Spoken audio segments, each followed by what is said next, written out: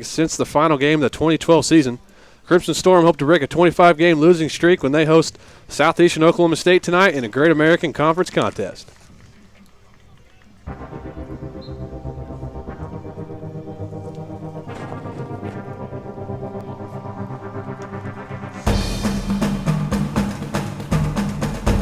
It's this one hard out to left center.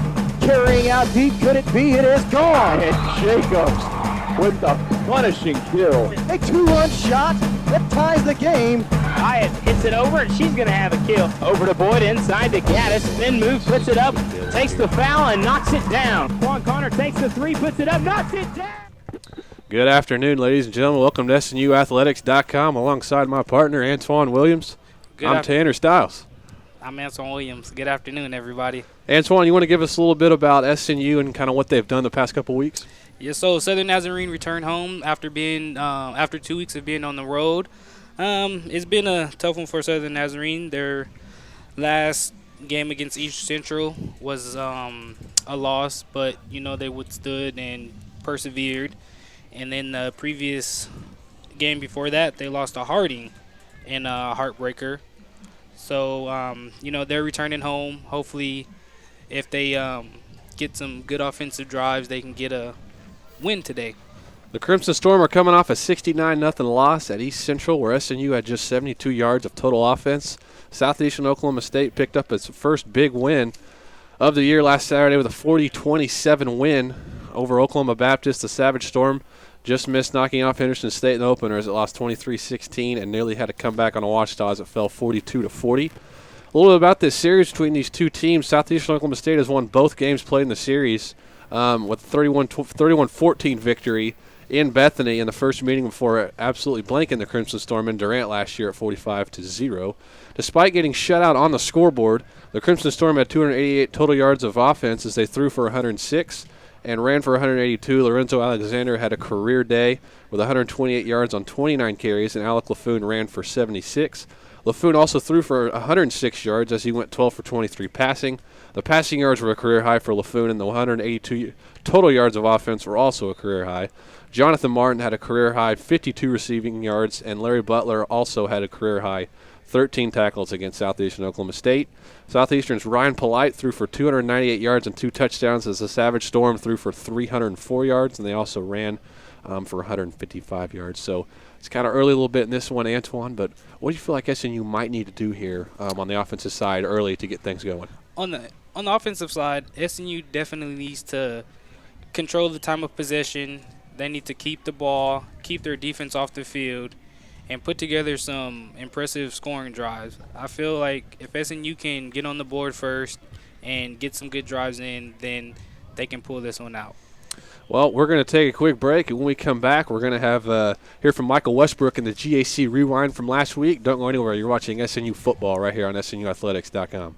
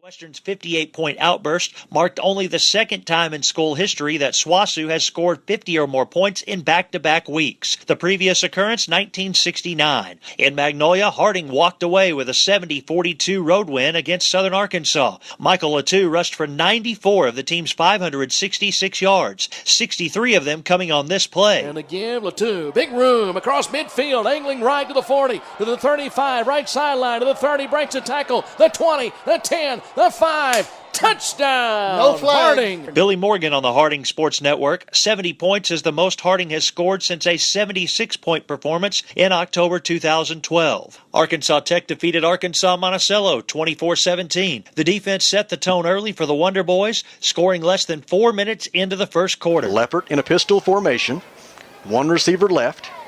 He hands it off, and it's fumbled, picked up by the Wonder Boys. The same man who forced the fumble scooped it up. Now running down the far sideline, I believe it's Logan Jens. Jens down the sideline, and he is in. He spikes it in celebration as Logan Jens came through untouched, jarred the ball loose on the handoff, and picked it up and returned it, carrying the football some 70 yards for an Arkansas Tech touchdown. Sam Strassner on KCJC 102.3. Arkansas Tech 3-0 for the first time since 07. Henderson State picked up a 25-17 win over Northwestern in Alva. The Reddies scored on offense, defense, and even special teams on the first play of the game. Here's our opening kickoff today, and it is returned from the end zone by Corey Chappelle up the right hash, breaks through the 20, 25-30 up the right sideline of the 40, makes a move, and in front of the Northwestern bench, he's all the way down to the 20, the 10, the 5, touchdown, Reddies. 103 yards on the opening kickoff. Phil Elson on the Henderson State Sports Network. Chappelle earned Special Teams Player of the Week, while his teammate Gary Vines was honored with the Defensive Player of the Week award. East Central defeated Southern Nazarene 69-0. Co-Offensive Player of the Week Rocky Moore threw for 5 touchdowns, including this one. Fires over the middle, the pass caught. Brad Davis, 10,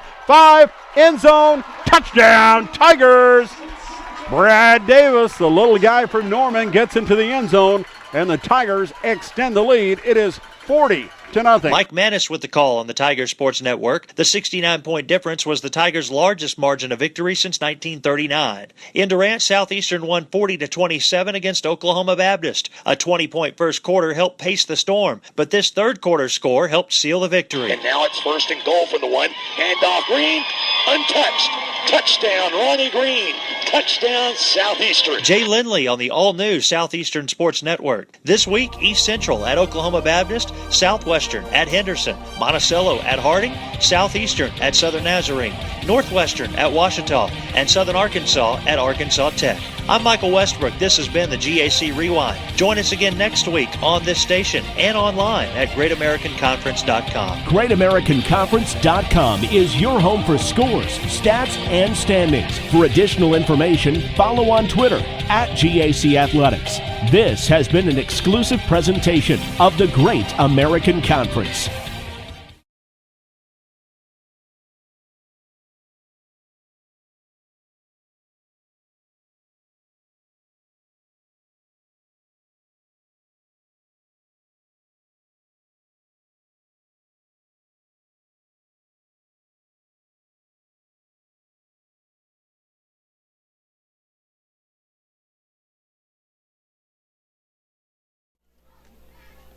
You just heard from Michael Westbrook in the GAC report. Real quickly, we're going to go over the current GAC standings. Atop the conference at 3-0 sits Arkansas Tech. Along with them is Harding.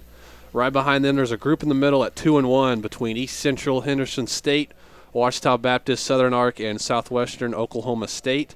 At 1-2 is Northwestern Oklahoma State and Southeastern Oklahoma State, who SNU has today. And then sitting at the bottom at 0-3 is Arkansas Monticello, Oklahoma Baptist, SNU. So some other games around the GAC today. About 12 seconds to go in the fourth quarter. ECU is pulling away from Oklahoma Baptist. They're up 41-20. So East Central will move to 3-1 on the season. Oklahoma Baptist will drop to 0-4. Southwestern Oklahoma State is at Henderson State this week, and that game is final. Henderson State shuts out Southwestern Oklahoma State 33-0. So Henderson State moves to 3-1 on the season.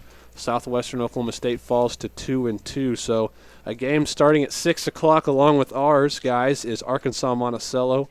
and Harding. It's at Harding. So, Antoine, who do you think you got in that one? I'm going to have to go with Harding. Harding's 3-0 on the season. Seems like they can't be stopped in their continuing that streak that they had from last season. So I'm going to go ahead and go with them. We're going to send it down to our sideline reporter for today's ballgame, John Hale. John, who do you like in that first matchup, Arkansas, Monticello, and Harding? Great to have y'all here, and it's great to be here. The Battle of the Storms going on today. But whenever you're talking about Monticello and Harding, there's just no comparison. Harding is going to run over Monticello today. I would have to agree with you, John. I just think Harding they got too much firepower on that offensive attack. There's running backs so difficult to stop. Monticello's going to have their hands full in this one. Another game, Northwestern Oklahoma State visits Ouachita Baptist. OBU coming off a loss last week. Very kind of unexpected as they were the preseason #1 in the GAC. Antoine, who you like in that one? I'm going to go with the favorite, Ouachita Baptist. Like you just said, they are coming off a loss from last week, but I think they're going to use that as a confidence booster to go ahead and pick up this win today. John, who do you like in that one? There's nothing more dangerous than a good team with a chip on their shoulder, and that's why Ouachita Baptist is going to win this one. So we saw a guy on a broadcast last week, Connor McKenzie, had a couple of predictions or some upsets, if you will. So I don't know if we're going to have too many of those this week. Our final game this week is Arkansas Tech, top of the conference, 3-0. They play at home against Southern Arkansas. Southern Arkansas, I believe, won last week, so they're coming off a big win. So we'll see if they can get that one done. Antoine, who you like in that one? That's going to be a good game. Southern Arkansas is coming off of a win last week. That's going to be a big confidence boost for them. But Arkansas Tech, watching them play, and with that quarterback, Arsenio Favor, I'm going to go ahead and put my money on Arkansas Tech to win that one. John, do you see Southern Ark having any kind of possibility to go to Arkansas Tech and pull an upset? Now, in this battle in Arkansas, I see that this is going to be a closer game than many expect. I think that it's going to be coming down to 1-2 touchdowns. However, it's in Arkansas Tech. Arkansas Tech has the #1 offense and the #1 defense in the conference. Arkansas Tech is going to beat Southern Arkansas tonight. Thank you, John. We're going to have Antoine here go over some information about kind of SNU's football on this date. So on this date, the only game Southern Nazarene played September 26th was back in the 2009 season. The Crimson Storm lost 56-35 at Olivet Nazarene. SNU had 486 yards of total offense, with 469 of those coming through the air. The Storm, though, gave up 625 yards of offense, as ONU threw for 399 yards and ran for 226. Brady Wardlow threw for 456 yards and 5 touchdowns, as he completed 27 of his 46 passing attempts. Kevin Brooks had a school record 323 yards receiving and 3 touchdowns on 13 catches. Now, if SNU can put up anywhere close to those numbers today, I think they could pull this off today. We'll see if they can do it. Definitely. They got a tough opponent in Southeastern Oklahoma State. So we're going to take a break. When we come back, we'll have the SNU sports recap. Different sports going on other than football that we'll keep you updated on. Don't go anywhere. We'll be right back at SNUathletics.com.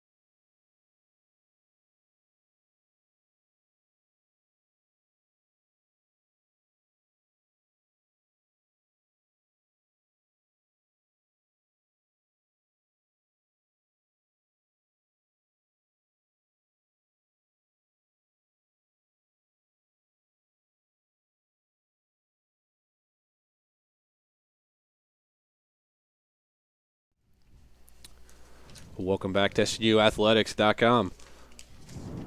We're just about under 20 minutes before we get things started here. We're going to send it over to our sideline reporter, John Hale, who's got an SNU sports recap. Take it away, John. This was a very eventful week for the Crimson Storm. In volleyball, they lost Thursday at home to Oklahoma Baptist, falling to 1-2 in the GAC and 5-9 overall. They traveled to Lawton today to take on Cameron, and they won the first 2 sets, but after that it was all Cameron. Cameron ended up winning 3-2 today, so that takes them down to 5-10. In women's soccer, they lost 1-0 to Washita Baptist on Thursday, and they fall to 0-1 GAC, 3-4 overall. They traveled to Searcy today to play Harding, which they lost 1-0 as well. And along with the men's soccer, they lost 4-3 to Washita. They fell to 0-1 GAC. But today, they got their first win in conference and their first win overall, also in Harding, blanking them 1-0. In men's golf, the Crimson Storm finished 8th at the NSU Men's Classic in Bartlesville. Next tournament is actually the 12th and 13th of October at Newman Invitational in Wichita campus. Okay. Women's golf finished 14th at the NSU Women's Classic in Bartlesville. Next tournament is the 5th and 6th of October at UCO Fall Classic at Lincoln Park GC in Oklahoma City. Thank you, John, for that sports recap. Once again, folks, go on to SNUathletics.com for a full list of schedules, rosters, news stories, anything sports related on SNU right there at SNUathletics.com. We're going to take a quick break.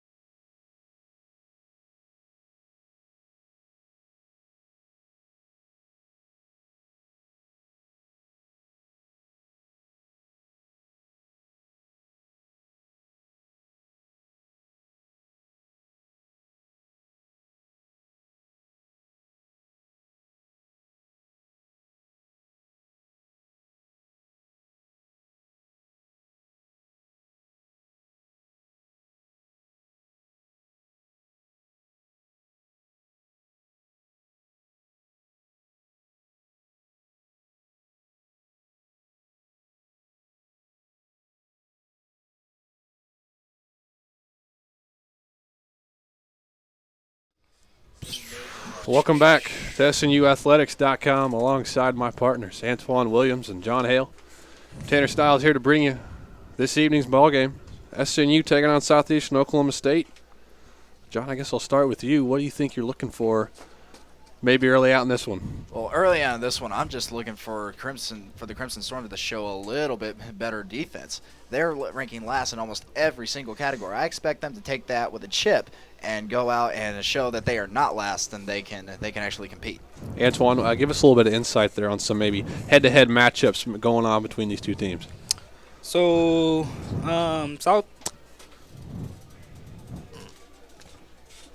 Southeastern, I'm sorry, excuse me. Southeastern leads the series 2-0. So, I'm expecting Southern Nazarene also to use that as a chip on their shoulder to at least get a win so far in this series. Their rushing offense has to be better. Southern Nazarene's rushing offense has to be better. And against this Southeastern defense that's given up 123 rushing yards, I think they can get it done today.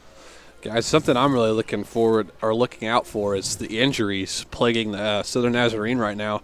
Backup quarterback Alec LaFoon went down in week number 1 against Arkansas Tech. They rolled with him with a torn ACL, so he will be out for the remainder of the season. Another interesting thing, week 2, starting linebacker Larry Butler injured on the road at Harding. He was in a boot.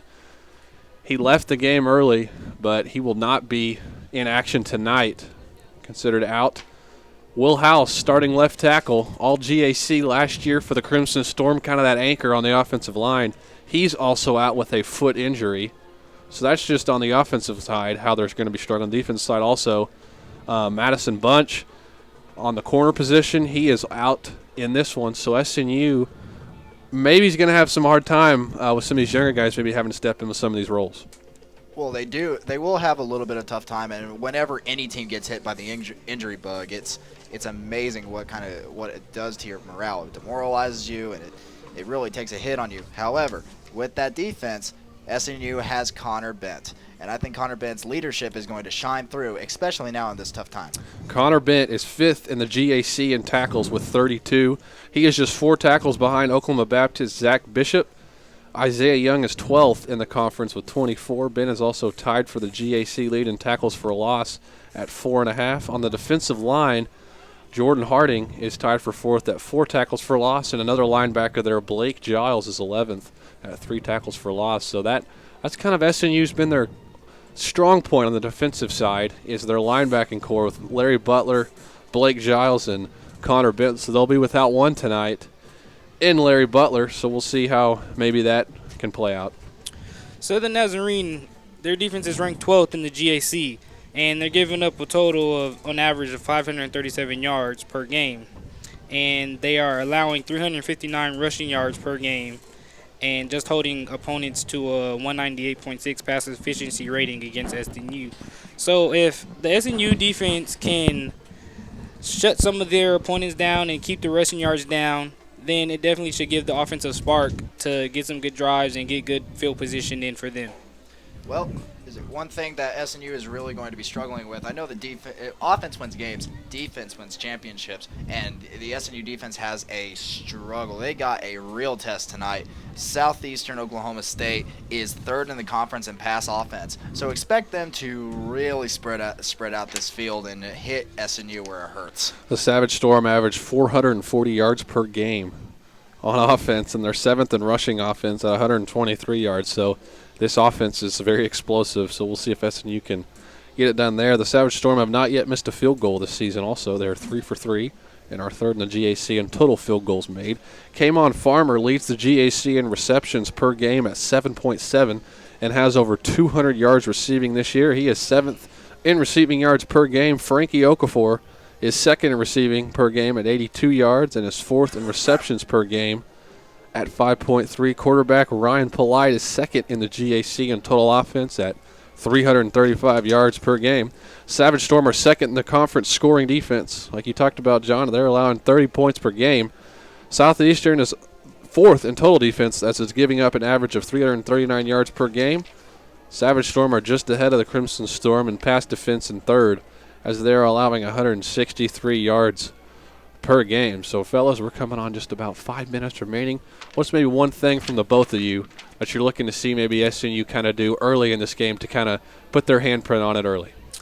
I'm looking for SNU to set the tone on defense. Like we just stated, Southeastern, they're a passing team. SNU comes in ranked 4th in the GAC in passing defense. So let's see how this passing offense matches up with this passing defense of SNU. SNU is only allowing 178 average yards a game. So that's something I'm looking for. I think that's going to be the key matchup today. If SNU can shut down this passing attack of Southeastern, then I think they should do well today. Well, you're right, Antoine. I believe that the defense has to come out, and they have to do something really early in order to stay in this game. And that's why I look for Connor Bennett to really step out and be that leader that the SNU defense really holds him to, because they're really going to need him tonight. Folks, we got about 5 minutes remaining until kickoff here in this one.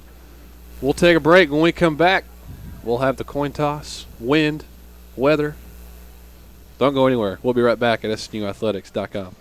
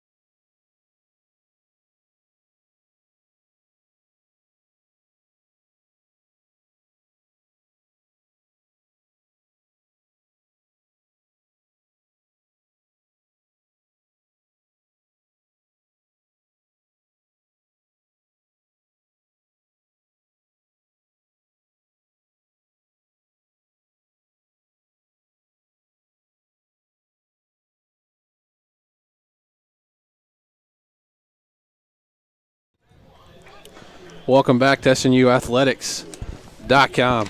Beautiful Saturday afternoon here in Bethany, Oklahoma. Well, you're exactly right, Tanner.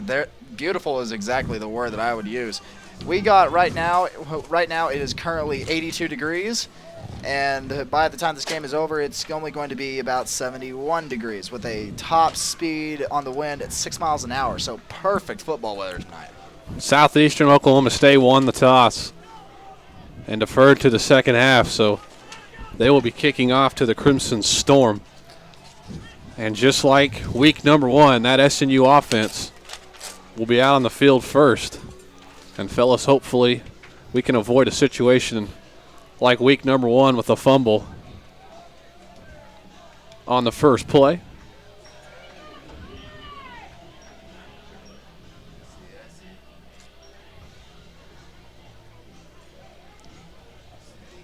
Number 61, John Clark, will replace Will House on the left tackle position. The all-GAC tackle.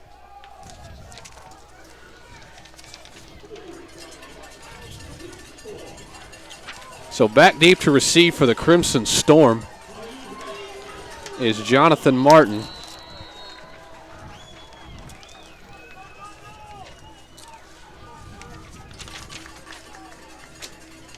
Beautiful night for football. Wonderful night. Let's get this game underway, man. The kick is off to the left side.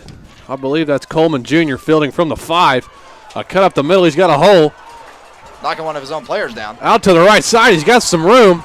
Out across the 30 and across the 40 before he's down at the 42-yard line. That's exactly what SNU needed. Refusing to go down, wanting to be here playing some physical football. It was Damian Willis on the carry, the 6-foot sophomore from Princeton, Texas, to give SNU some great field position. Definitely. I agree with you on there, Tanner. Great field position started by Southern Nazarene. That's something that they need to get this game started off with. 1st and 10, James Morrow is the man in the middle with running back Terrence Olds in the backfield. He'll go from the pistol. Hand off to Olds on the left side, looking for a hole out across the 45 before he's tackled by a couple of Savage Storm defenders.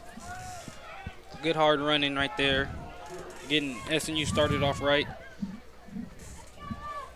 So it'll be interesting to see how this SNU offensive line is able to be anchored without their star left tackle, Will House. 2nd and 6 from the 46.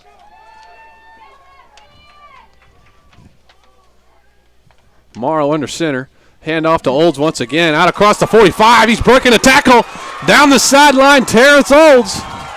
Terrence Olds came to play today, man. He found a hole on that left side out across the 25 into Savage Storm territory. Seems like Southern Nazarene is trying to establish the run game early and setting the tone.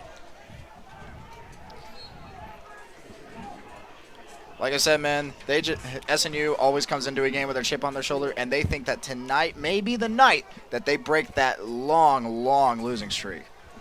So 1st and 10 from the 25. Morrow going to fake the handoff out to the left side. He's got his receiver there. That's number 89, Eldon Coleman Jr.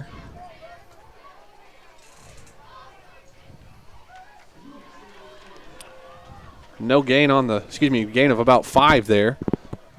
Almost in the red zone.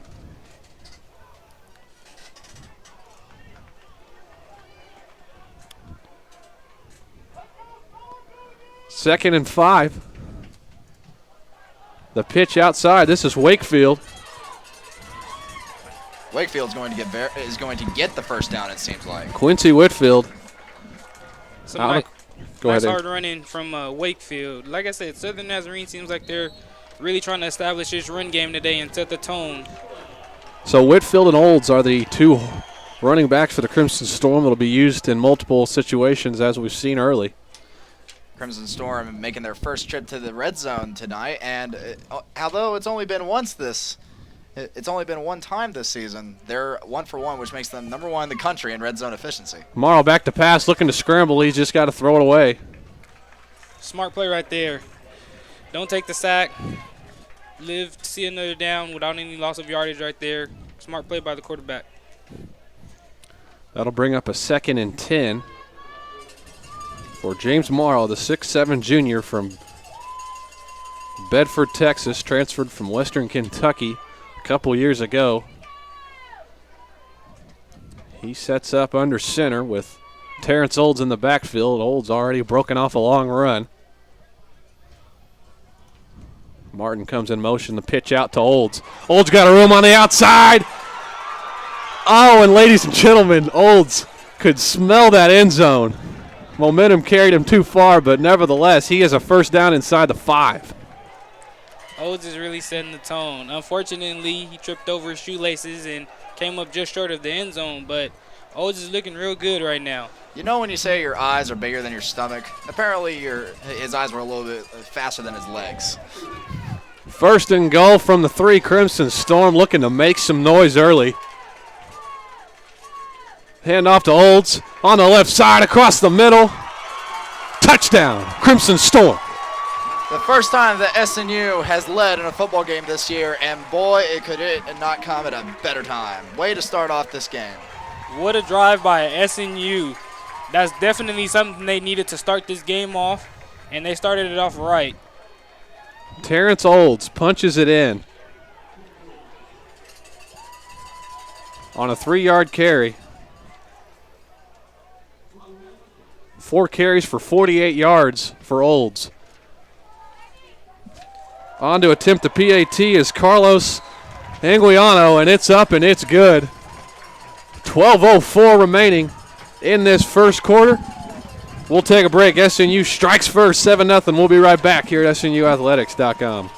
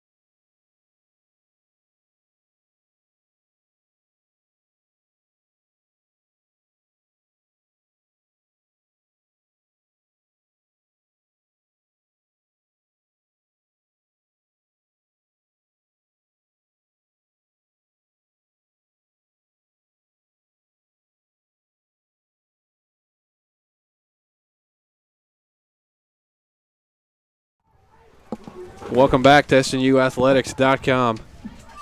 Southern Nazarene strikes first on a 3-yard run from Terrence Olds to give SNU the lead. 12:04 remaining. We're working on getting that clock fixed at the top of the screen for you. Technical difficulties here as it's fielded by the Savage Storm. Out across the 25. All right, man, here's where we see the biggest question mark of this game. How is the defense going to respond for Southern Nazarene? We talked about that explosive offense that Southeastern Oklahoma State has, and we're about to see just exactly what kind of game we're in store for. Savage Storm are led by quarterback Ryan Polite, who's had a pretty good year starting off in the first couple of games for the Savage Storm. The 6'2 senior from DeSoto, Texas. Great football tradition in DeSoto. You see a lot of those players go D1. So Polite in the shotgun, going to fake the handoff, looking for a man deep down the middle of the field. Oh, what a play out there to break that pass up. It's number 6, D. Simmons out there. I believe D. Simmons is starting in place of the injured Madison Bunch. Southeastern, that's what they like to do. They like to throw the ball downfield, and they took a shot on the first play of the game. 2nd and 10 from the 25. Movement on the line of scrimmage. There's a flag, and they'll throw it, call it dead.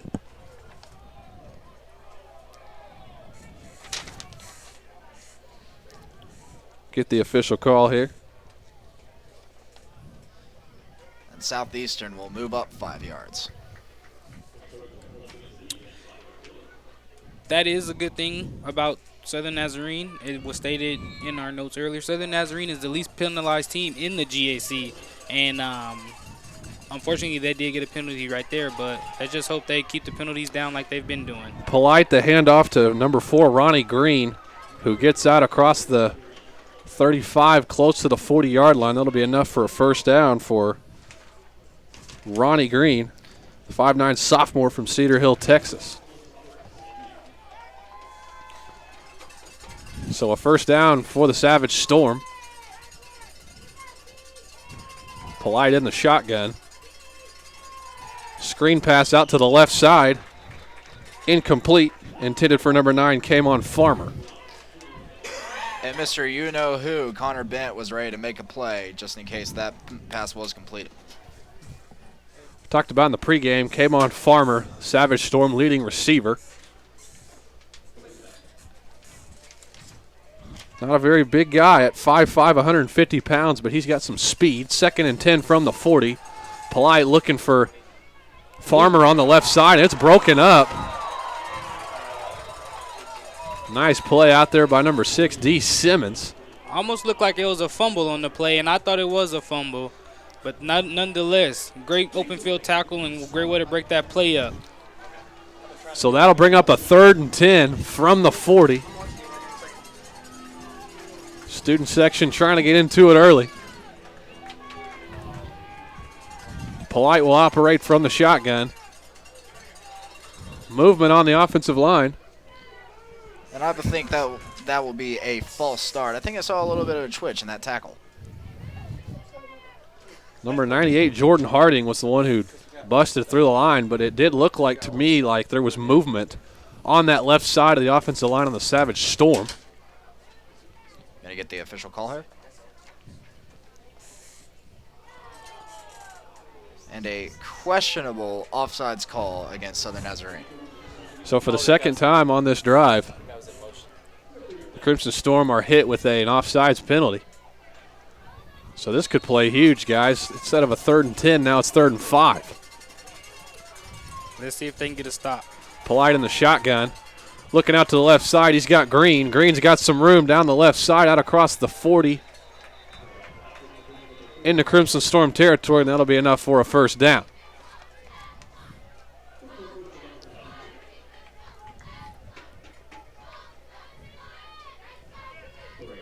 Let's see if this front four can get some pressure.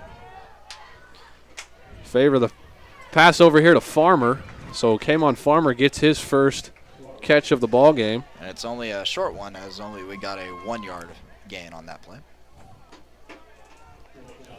So the quick drive from the Crimson Storm took it right down the field, courtesy of Terrence Olds. There's a whistle here as D. Simmons is coming off the field. And number 23, Jordan Racy, will be in over there on that left corner position. Derek Carmouche is the corner on the right side. 2nd and 8 from the 38. Polite, read option, hands it off to Green. Green out across the 35, down to about the 34. Pickup of about 3 or 4. And we'll have another 3rd down upcoming. 3rd downs are going to be huge in this game for Southern Nazarene. If they can get stops on 3rd downs, it will help their defense out tremendously to get them off the field, get them rested, and get that offense back on the field, who looked really good on that first drive. 3rd and 4 from the 34. This will be a big stop for the Crimson Storm. Polite in the shotgun. Hand off to Green once again. Ronnie Green out across the left side. And he's got enough for the first down. Ronnie Green has been all over the place for this Savage Storm running attack. Ronnie Green is in my opinion, the only reason that Southeastern is on the field still. He's been cutting across the entire field for the Savage Storm offense, creating first downs. 3 carries for 23 yards already for Green. 1st and 10, Savage Storm from the 25. This time the handoff goes to number 21. That'll be Nelson Akindwan. Brought down for no gain.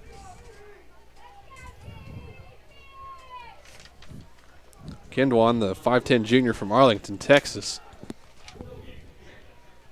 Splitting some carries with Ronnie Green. 2nd and 10.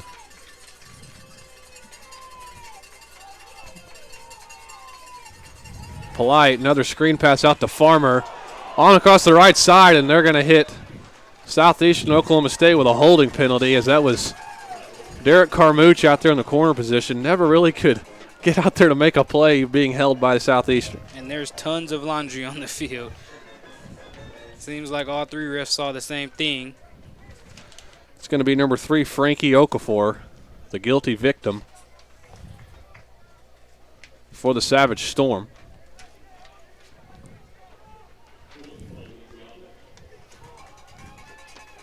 So they'll move him back 10 yards. Back to the 34. So 2nd and long for Southeastern.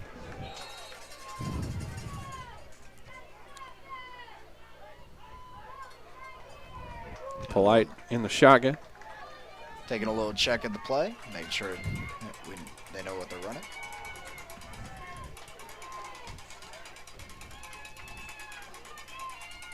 Polite fakes the handoff, rolls to his left, looking for a man out there. He's got one. Out across the 20, down into the 15. It's number 13, Chance Grayson, the senior from Vandalstein, Texas. And now the Savage Storm will have a little taste of the red zone, trying to capitalize. So Polite's targeted his 2 favorite receivers early, and Chance Grayson and came on Farmer. These DBs for SNU need to press a little bit more and get up tight. 1st and 10 from the 14. Another screen pass to Farmer. Out across the 10. There's a flag on the play near the line of scrimmage. On the line judge on the right side. I think we'll be seeing another holding penalty, if I'm not mistaken.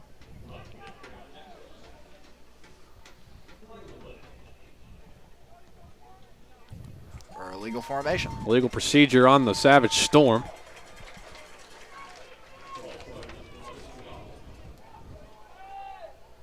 So a couple of penalties on the Savage Storm and a couple of penalties on the Crimson Storm on this drive. So they'll move him back 5 and replay 1st down.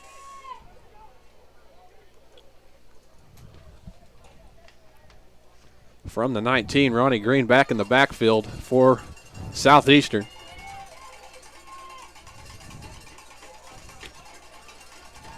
Polite back to pass. Scrambling to his right. He's got some room to run on the right side. Slides down across the 15 at about the 13. Pickup of about 6. It'll make it 2nd down and 9 for the Savage Storm.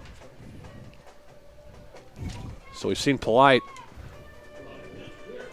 throw a couple screens and throw a couple downfield. He can also move.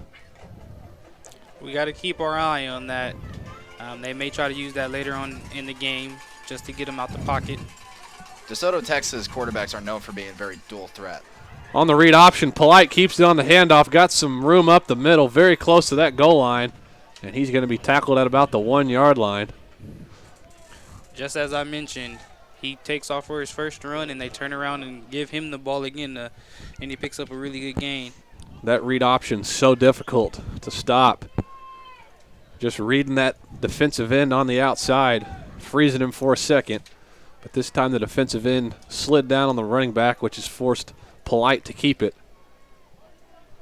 1st and goal from the 1. Polite will quarterback sneak it right on behind his center into the end zone for a touchdown. Southeastern Oklahoma State.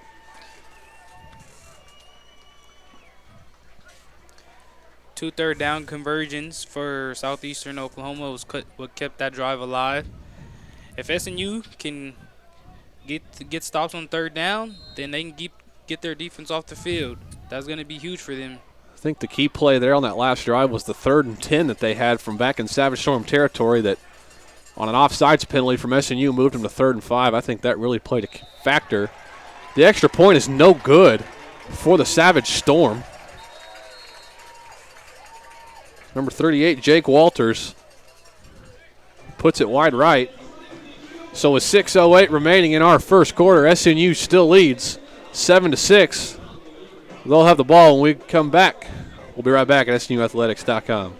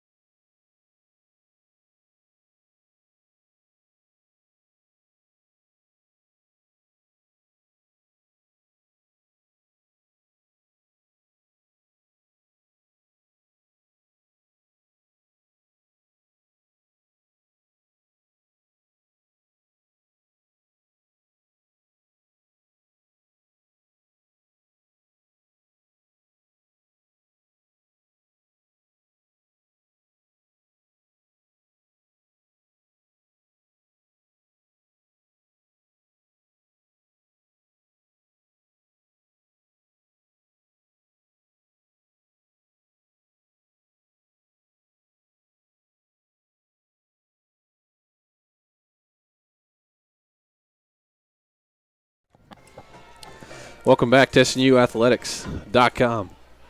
The Savage Storm respond to the Crimson Storm touchdown. Drive right down the field. Put one in the end zone, but the extra point was no good, so the Crimson Storm is still leading.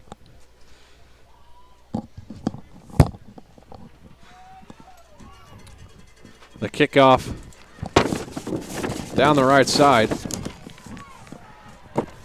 Out across the 15. Close to that 20-yard line. Yes, SNU Crimson Storm will set up shop at around their own 18-yard line, looking to find another path to the end zone.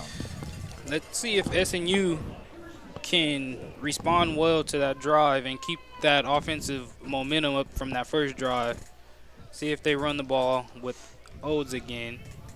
Daniel Ramos was the Crimson Storm returnee there, out across close to that 20-yard line, set up shop from the 18. And it is Olds back out there, who had a great first drive, 48 yards rushing, to put it in the end zone. Under center, it's Morrow. Fakes the handoff to Olds across the middle. He had a man open, looking for his receiver there. Lakeem Christmas. Incomplete. And guys, I think he had Chris Hudson streaking across the middle of the field. I didn't see anybody on him. I think Morrow had to kind of scramble there for a little bit, didn't see him.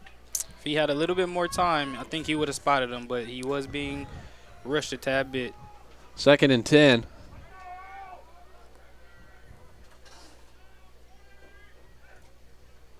The handoff goes to Olds. Out across the right side, and the Savage Storm are ready for it. So Olds is brought down in the backfield for a 2-yard loss. Whenever you put all your men in the box, it is very obvious what you're going to do, and Southeastern Oklahoma State quickly smelled that out. 3rd and 11 now for the Crimson Storm.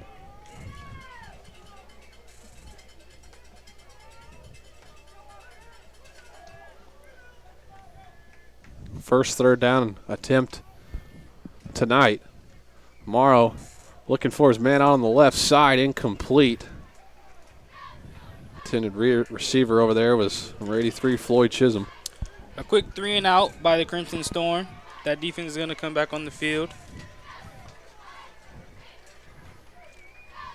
That's definitely not something that they wanted, But let's see if the defense can come back and get a stop as well. Asante McCray is back to receive for the Savage Storm.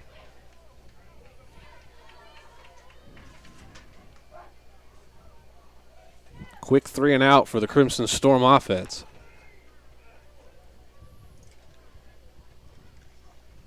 Nice kick down the right side. McCray fields it right at the 50. Making some moves and great field coverage down there by the Crimson Storm. It's Chris Hudson. Chris Hudson has made that turned that from a possible big return into only getting a 3-yard return. Chris Hudson, the former fullback, moved to tight end this year. Nice job on the return for the 6'2 senior from Allen, Texas. So the Savage Storm offense back out there again in Crimson Storm territory. Polite fakes the handoff in the middle on the read option, scoots out across the 45 to about the 42. Looks like Southeastern has made some adjustments. Not too sure how long they're going to stay away from the pass, but they're going to run the ball, and they've been running it with Polite. If the read option works, why change? Southern Nazarene has had its share of trouble when defending the read option. We saw that from the very first game of the year against Arkansas Tech. Screen pass out to the left side goes to number 3, Frankie Okafor, his first reception of the ball game. For Southeastern, pickup of about 1 or 2. And another 3rd down for this Crimson Storm defense. We'll see if they can make a stand here. So far, they're 0 for 2 on 3rd down, so let's see if they can finally get a stop on 3rd down and get off the field. 3rd and 4, Polite in the shotgun. Back to pass on the left side. Nobody open down the field. He's got somebody. It's Farmer. Out across the 30, brought down close to the 25. Fumble. Oh, and there's a fumble on the play. They're going to say that he was not down, and the Crimson Storm have recovered the fumble. Cameron Farmer was the receiver that caught it, and on his way down lost it. And that, gentlemen, is why you play to the whistle. It looked like the Savage Storm had converted yet another 3rd down, but I agree with you, Tanner. I thought they had converted another one, and I thought he was down on the ground. But, hey, it was a fumble, and the Crimson Storm will take it. what a turn of events there as Storm offense back out there. James Morrow. Handoff goes to Olds. Excuse me, that's Whitfield in, out across the 25. Quincy Whitfield takes it up the middle for 2, maybe 3.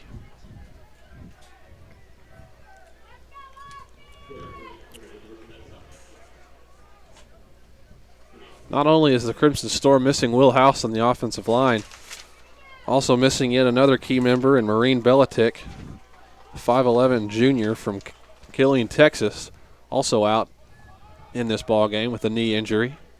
2nd and 7, the handoff up the middle again to Whitfield. Pickup of about 1 or 2. Savage Storm actually come out from the pile with the football, but they're going to say that Whitfield was down. So bring up a 3rd and 5 for the Southern Nazarene Crimson Storm, trying to convert. Very manageable 3rd down this time. 3rd and 4 from the 30. Here we see two receivers left side. See if Morrow can get it going here. Fakes the handoff out to the left, got Jonathan Martin down the sideline and out of bounds. Very close to that 1st down marker. Will it be enough? They're going to mark him just short. Martin was kind of losing his balance over there on the sideline. Nonetheless, I think that's a great play call by the Crimson Storm. That read option fake to the toss out wide to the receiver who had nothing but open field. But I think that's a great play call by them. He keeps his balance. You may not just be seeing a 1st down. You may see a clear path to the end zone. Yeah, Martin had some room out there. So the Crimson Storm will punt it away again to McCray, who calls a fair catch at the 33. So that'll bring back out the Savage Storm offense, who lost it on a fumble from Kamon Farmer.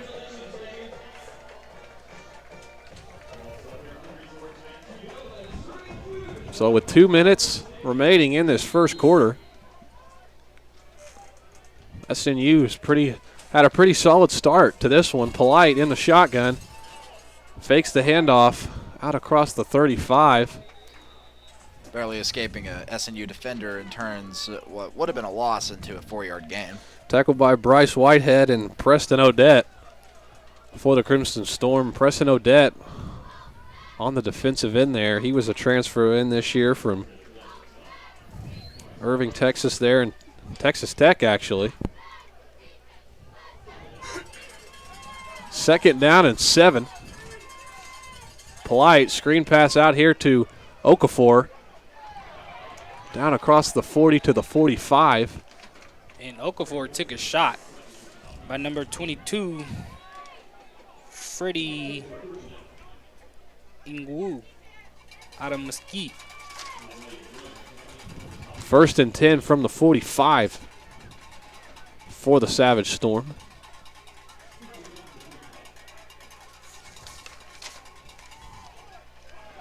Akinwan on the right side. He's got some room. Down across the 30, inside the 25. Nelson Akinwan breaks free, the junior from Arlington. A big gain for the Savage Storm.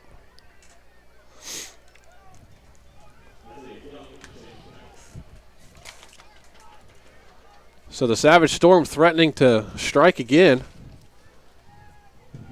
Polite fakes the handoff out across the right side. He's got some room, and Polite will waltz into the end zone for a touchdown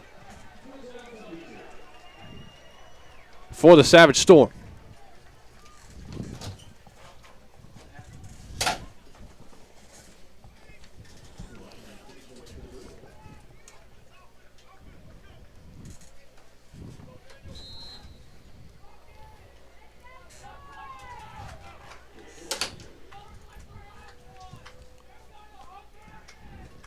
The extra point for the Savage Storm up. And this time it is through the uprights. With 43 seconds remaining, the Savage Storm take their first lead. 13-7. We'll be right back here at SNUathletics.com.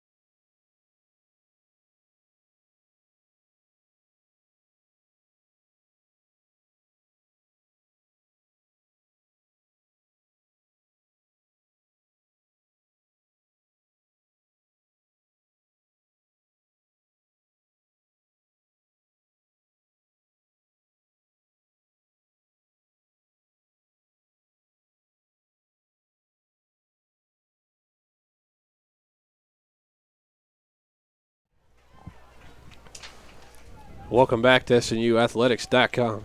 Tanner Stiles alongside Antoine Williams and John Hale. 43 seconds left in our first quarter.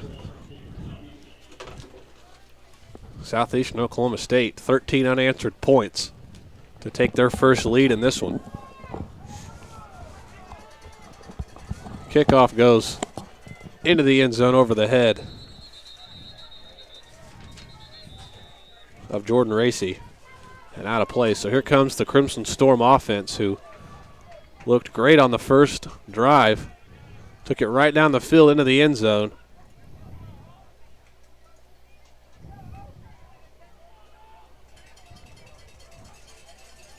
But the last couple drives have been forced to punt, failing to get a first down. So we'll see if they can make something happen here.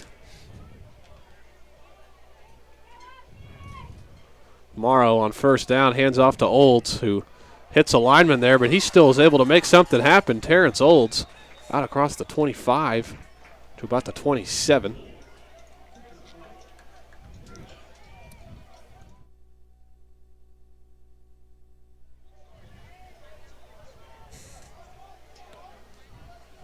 Second and 10.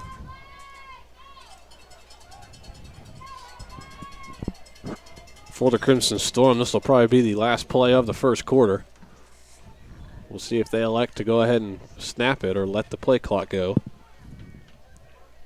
They'll snap it. The pitch out to Olds on the right side, and Savage Storm are ready. This Savage Storm has made some adjustments on defense, and they're shutting that run game down. So that'll be it for our first quarter. At the end of one, it's Southeastern Oklahoma State 13, SNU 7. We'll take a break. We'll be right back here at SNUathletics.com.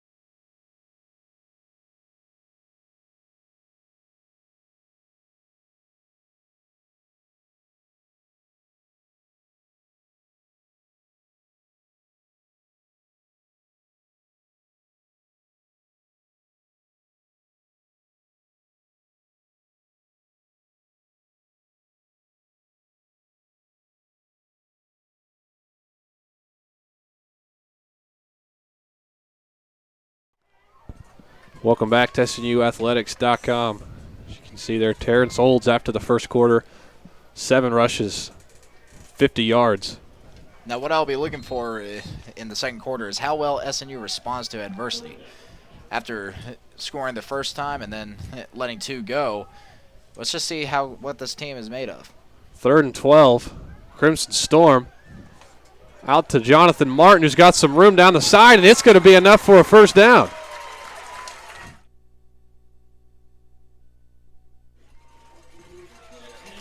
That's a great third down conversion. SNU is going to need more plays like that in order to stay in the game. It's a pickup of about 13 for Jonathan Martin. That looked like a play that was very similar to the one they ran in the first quarter where Jonathan Martin stepped out of bounds and lost his balance, but nonetheless a good play. So 1st and 10, Crimson Storm another first down. Out to the right side of Jonathan Martin. Again, he's got some room out across the 50. Into Savage Storm territory, back-to-back screen passes for the Crimson Storm. Same play, same result, different side. So 2 big pickups for Jonathan Martin. And the Crimson Storm are back in enemy territory.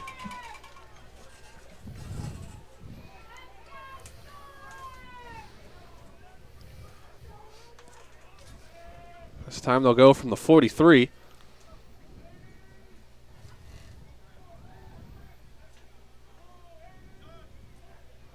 Morrow fakes the handoff across the middle. He's got a man out there. Just overthrows Jonathan Martin. Martin was well covered on that one.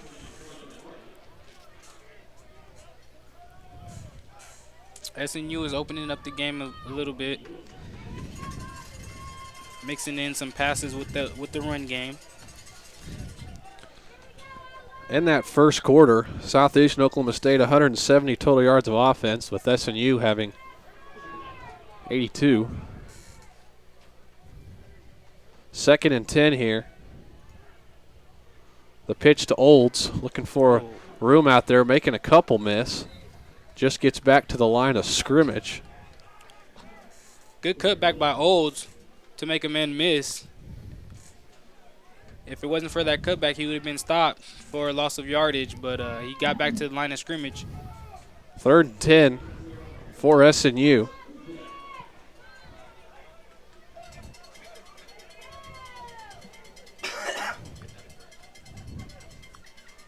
Let's see if SNU can convert on this 3rd down and keep this drive alive. Morrow operating in the shotgun.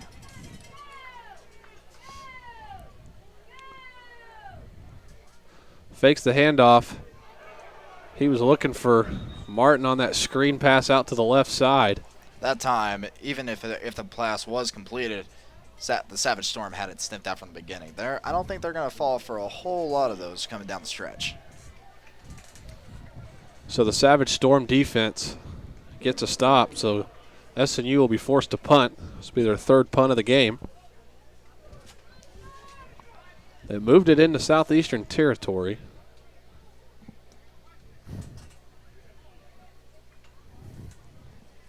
We'll see if the Crimson Storm can pin them back down deep into their own territory.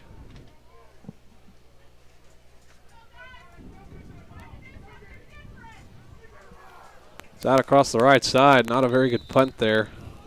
Down across the right side. They're going to wave it dead at about the 36. So a 22-yard punt for the Crimson Storm.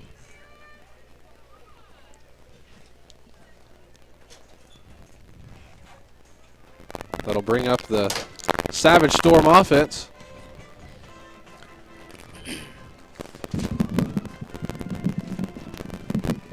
Ryan Polite, 6 of 9, throwing 63 yards. Also has 46 yards on the ground. So over 100 all-purpose, 2 rushing touchdowns.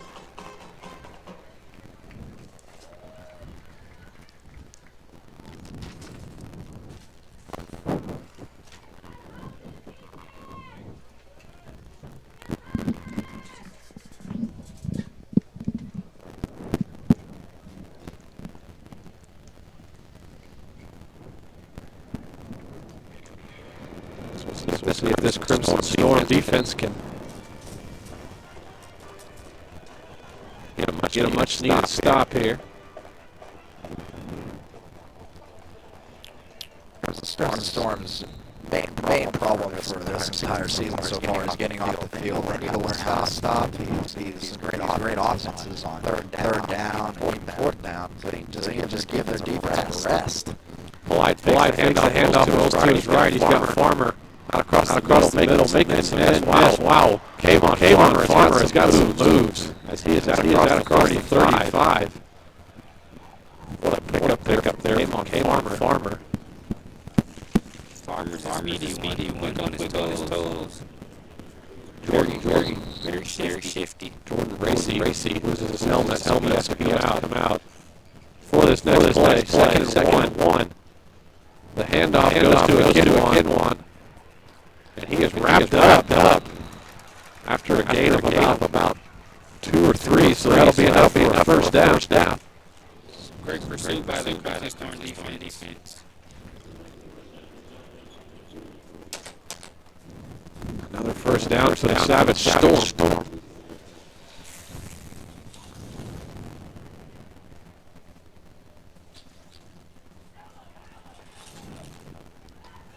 Out across the left side. And an incomplete pass. He had it, and it just a little bit of bobble, and then the hit by the SNU defense lobbed it loose. So now we'll be looking at a 2nd and 10 for the Savage Storm. Chance Grayson was the intended target. D. Simmons with the pass breakup. He's having himself a game so far. 2nd and 10 from the 37.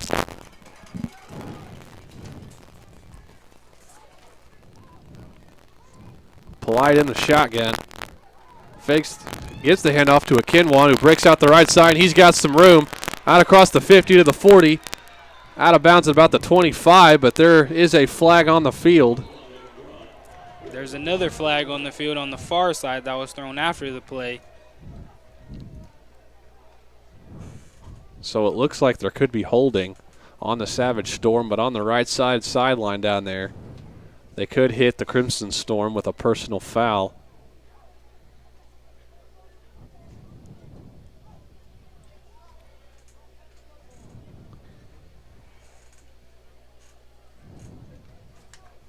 Big pickup for Akinwan.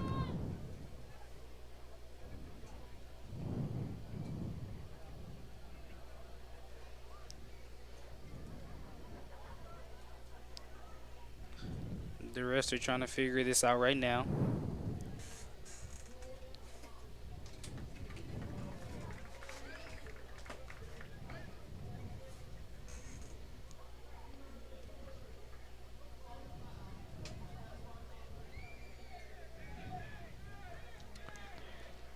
So I believe that they will move the Savage Storm back the 10 yards for holding, and then they will add an additional 15 to the end of that from the personal foul for the Crimson Storm. And the personal foul will bring up an automatic first down for Southeastern. It's a big penalty on the Storm right there, on the Crimson Storm. They don't need that. Like I said, coming into this game, they were the least penalized team, and so far they have 3 this game. Polite looking for Jordan Gill across the middle, incomplete.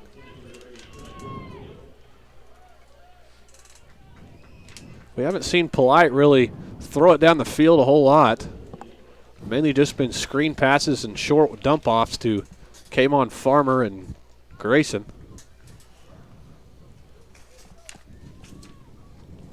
So 2nd and 10 from the 47.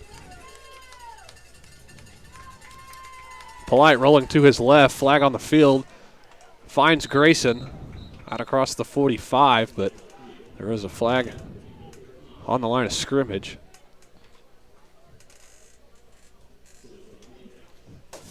So a lot of penalties early on in this one.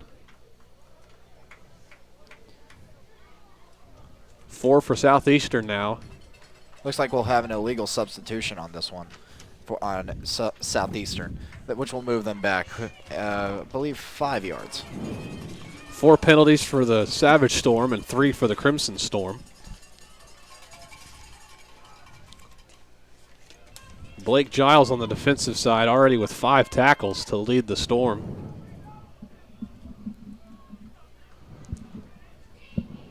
So another penalty will move the Savage Storm back. 2nd and 15. The handoff goes to Ronnie Green, who's got some room up the middle, and he is breaking out free. Ronnie Green's going to score a touchdown for the Savage Storm. Make it a 19-7 game. 58 yards to the house for Ronnie Green. That offensive line opened up a huge alley for him to run through. And once he hit it, there was nothing but broad daylight. So the Savage Storm, their 3rd rushing touchdown in the ballgame. 2 from the quarterback Ryan Polite, now 1 from Ronnie Green. Kick is up and it's good. So with 11:23 remaining in the first half, Southeastern scores again, move their lead up to 20-7. We'll be right back here at SNUathletics.com.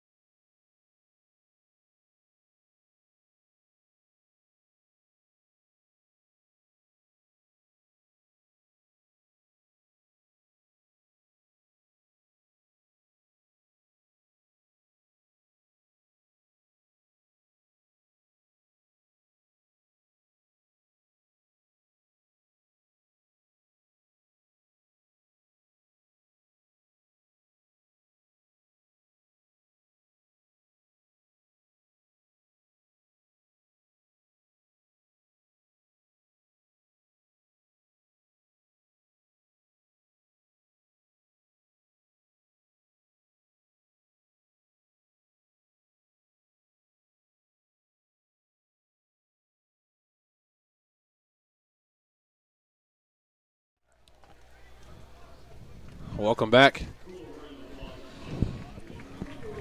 to SNUathletics.com, 20-7. Ever since SNU drove down the field on their first drive to score, it's been all Savage Storm since. Savage Storm with 3 unanswered touchdowns. Let's see if this offense can get some momentum on this drive. This kick will go down to about the 6-yard line, 7-yard line, and Jonathan Martin out across the 20 to the 25.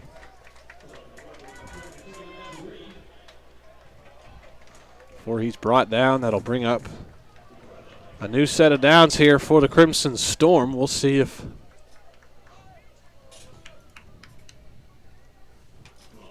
they can get something going again on the offensive side.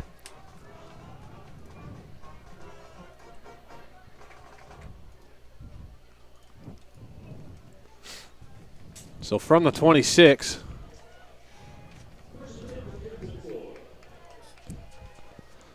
it's James Morrow in the shotgun here.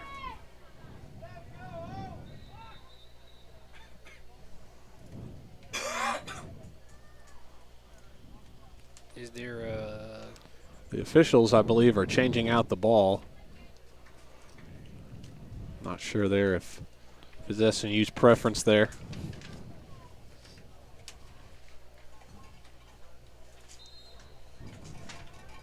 So here we go from the 26. James Morrow dropping back. Got a man open on the right side. It's Lakeem Christmas. Broken up.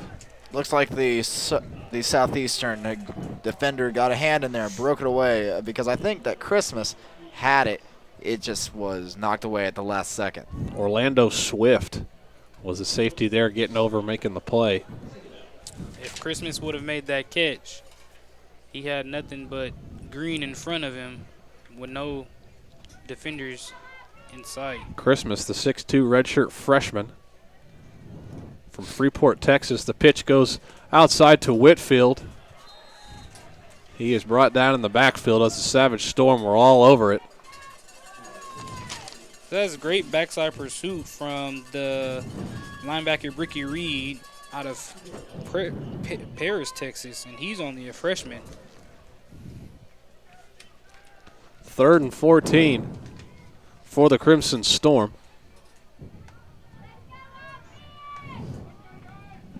They are 1 for 4 on 3rd down conversions. Morrow scrambling out to his left, looking for a man out there. It's Jonathan Martin, but it's incomplete. I think the Storm were looking for pass interference, but it's not called. Another 3 and out by Crimson Storm. This offense has to stay on the field a bit longer to give that defense a rest.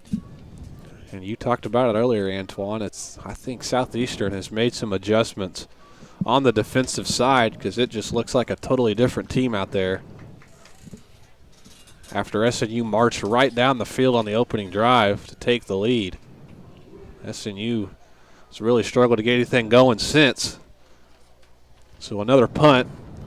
McCray going to call a fair catch at the 45. I think what's really being a point of interest in this game is where exactly these teams start their drives from. As it seems, Southern Nazarene is starting around their 25-yard line. Southeastern is starting from at least their 40-yard line every single drive. Field position is certainly a huge factor in college football. As Southeastern back out there now, 20-7. Polite hands off to Ronnie Green, out across the right side. Green makes some people miss on the sideline, down across the 35 to the 32. So another big gain for the Savage Storm rushing attack. Not only is the Savage Storm winning the field position battle, but they're winning the battle in the trenches right now. This front four by the Crimson Storm have to do a better job of clogging those gaps and getting stops in the backfield. Oh, there's a Green fumbles, and is recovered by the Crimson Storm. That would be the second fumble of the day for the Savage Storm. Maybe this is what SNU needs. Maybe this can be a spark that will lead them down the field. Brayon Jackson was the one to recover it for the Crimson Storm. Just came right out of Ronnie Green's hand. So maybe we'll see if this will fire up this SNU offense, as the defense has now forced 2 turnovers from the Savage Storm. And like you said, Antoine, really that defense has just been out on the field for a while. Good stop by that defense. Way to get a turnover and get this offense back on the field. Let's see if that'll spark this offense. Get them a drive down the field and get this defense some well-needed rest. So 1st and 10 from the 32. James Morrow on a screen pass out to Martin. Martin makes some people miss after a pickup of about 3 there.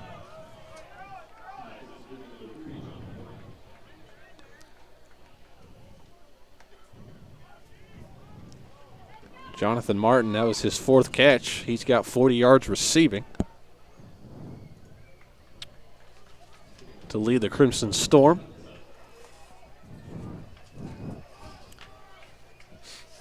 So 2nd and 7 here from the 35. Crimson Storm weren't ready for it on the snap.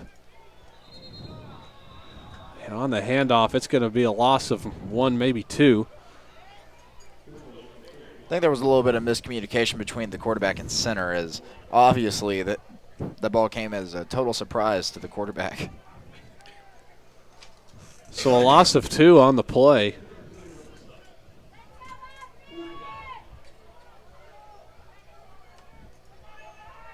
It's Jacob Aguilar at the center.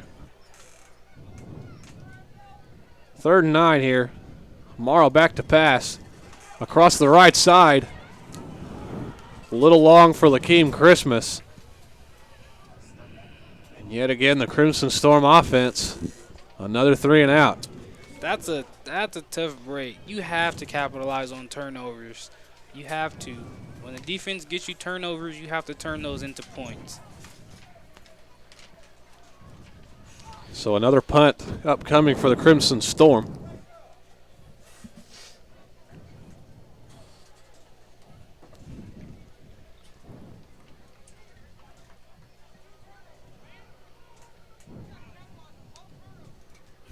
Fourth and 9. Just gets the punt away. McCray going to field it at the 30. Making 2 Southern Nazarene defenders miss that time. A couple of missed tackles there, but McCray brought down at about the 43. It was Chris Hudson who got down there first for the Crimson Storm, just unable to make the play. And this Crimson Storm defense is back on the field. You know, they're doing their best trying to keep the Savage Storm off the board. Let's see if they can continue and keep it up. So Polite back under center here. Rolling to his right. Under pressure. Just throws it away. Great pressure from the SNU defensive line. We know the Savage Storm, they look to pass, but I must say this Crimson Storm pass defense has looked really good today, and they're not allowing anything deep down the field. So these DBs came to play, and they did their homework. 2nd and 10 from the 43.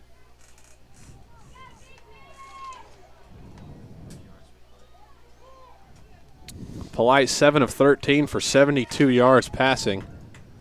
And he's also got 46 yards rushing. So he's going to throw a screen out to Farmer, out across the 50 down at the 48. Farmer's going to be about 2 yards shy of the first down, making it 3rd down and 2. Farmer may be little, but he's a fearless guy. He's catching the ball in the middle of the field and just running into defenders and taking big hits. 4 receptions for 36 yards for K'Mon Farmer. And it's 3rd and 2 for the Savage Storm. See if this SNU defense can make something happen. On 3rd and 2. The handoff goes to Akinwan, who gets enough for the first down out at about the 41. So Akinwan, a big man, 5'10", 215 pounds from Arlington, Texas. He's their kind of their power back, as Ronnie Green is more their speed guy, 5'9", 190. So the Savage Storm have plenty of weapons on the offensive side. Another first down for Southeastern.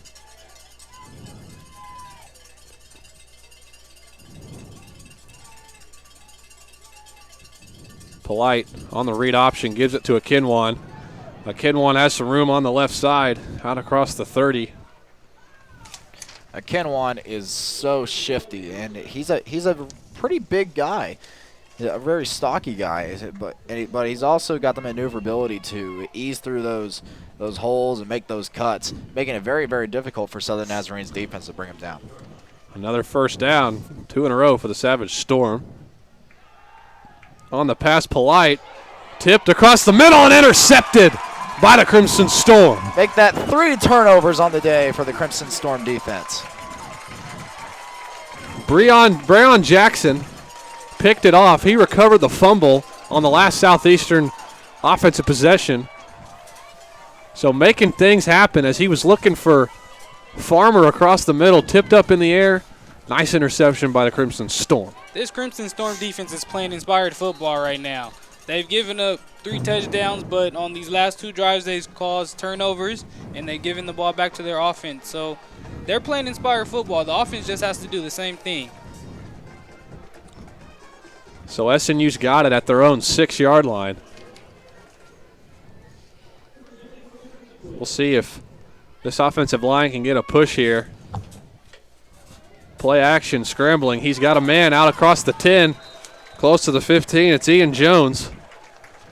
It's kind of a utility wide receiver / running back. I'll make it a 3rd down at 3. The true freshman from Cushing. 2nd down at 3 coming up for the Crimson Storm, trying to get a little bit more of a drive going, maybe put some points on the board. 2nd and 1 here. They got out of their own end zones. They got a little bit more room to work with. And great job by James Morrow on his cadence. Looks like there will be an offsides on the Savage Storm defense. It's number 95, Harris Everson.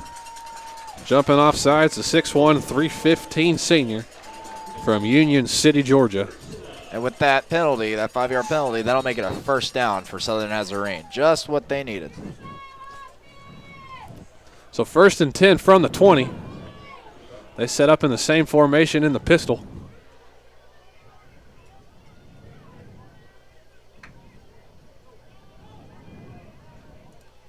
Morrow on the handoff. It's Whitfield. And Whitfield's helmet came off, it looks like. So it looks like he'll be taking a quick play break. So Whitfield will come off. Tough running by Whitfield. Daniel Ramos, the 3rd, comes in for the Crimson Storm.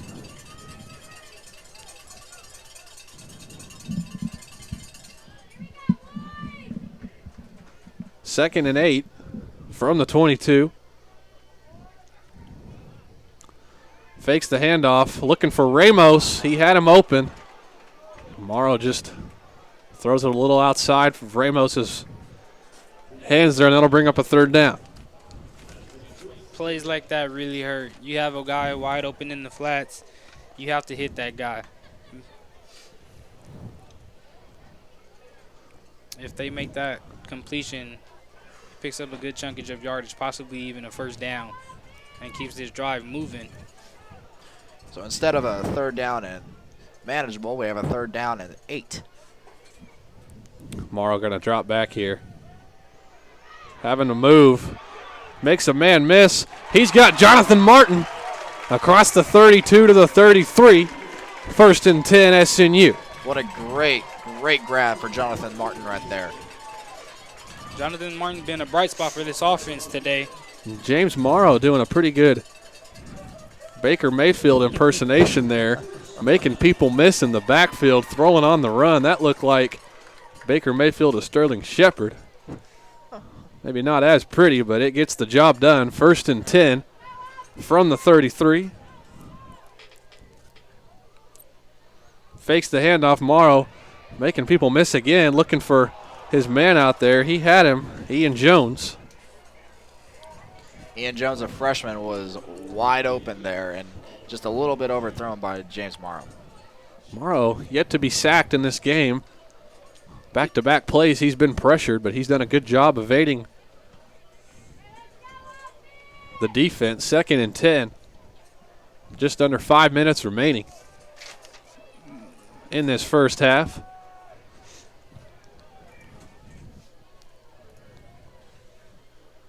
Morrow going to fake the handoff. There's a flag on the play as Morrow keeps it up the middle for a pickup of about 2. Morrow's 6'7", but he's looking very nimble out there. He's quick on his feet and he's making people really miss, and that's good. Keeping plays alive, trying to make things happen. A penalty marker down on the field at this moment. We'll check in with our official. It looks like it's going to be an offsides penalty on Southeastern. That'll move it up a little bit closer, making this about a second down and about 5 or 6. And, man, that is huge because instead of a 3rd and 8, potentially, we're facing a 2nd and 5 here. So this could be huge for the SNU offense here. From the 33, 38 now after the penalty. Morrow hands off to Ramos. Ramos fighting for some yardage, tackled at about the 29 by the linebacker Derek Leonard. You know, I'm not sure if Olds is injured or not, but I have yet to see him on this drive, and that's surprising to me. We saw Terrence Olds on that first drive, but we have not seen him since. He's on the sidelines down there, so we're not sure if there's some kind of injury. We'll get you an update on that. Morrow back to pass on 3rd down, looking for a man out there. Jump ball, and it's broken up. It looked like the Savage Storm defender out there had an easy pick in Jacoby Sanders, but there is a flag down. So this will be an interesting call here, as Sanders made the nice play but just couldn't come down with the ball.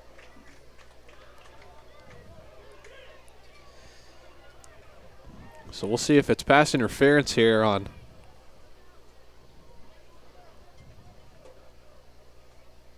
I think this may be on the defense. Waiting to hear from our head official. Savage Storm moving back, so going to take it that it is indeed pass interference on the defense.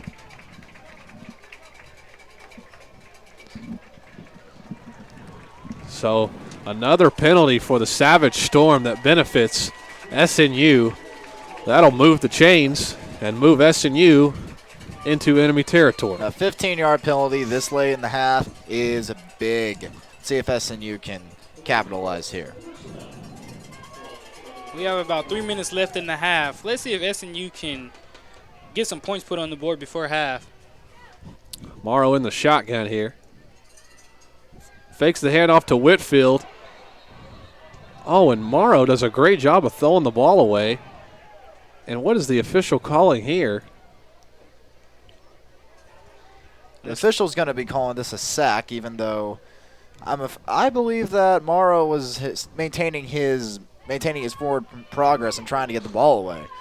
However, our head official is not seeing what we're seeing. Man, I'm not sure about that call. I mean, it didn't look like Morrow's forward progress was stopped. He was trying to make the guy miss. Ended up throwing it away, but the head official ruled it dead, so it'll be a sack for the Savage Storm, 2nd and 15. Morrow back to pass, looking for a man out across the left side. looking for pass interference. They're not going to get it. Morrow took a hit. Yeah, that was I thought that was a little bit too quick by that head referee to make that call. He came in there. I mean, I understand you're trying to protect the quarterback or whatnot, but that was a tad bit too quick. 3rd and 15 coming up for Southern Nazarene, and looking for a long conversion. From the 46. Morrow tries to get a guy to jump. They got a free play. Looking for the man down the right side. Out of play. Out of bounds, so. Granted, we see something crazy. They'll move him up 5 yards and replay 3rd down. Much better being a 3rd and 11 than opposed to a 3rd and 16. Had a free play, so took a shot downfield. Not a bad idea.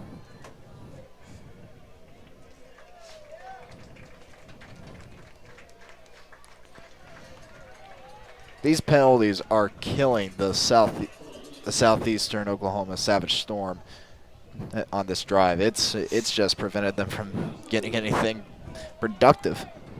So what a crazy drive this has been in terms of penalties, and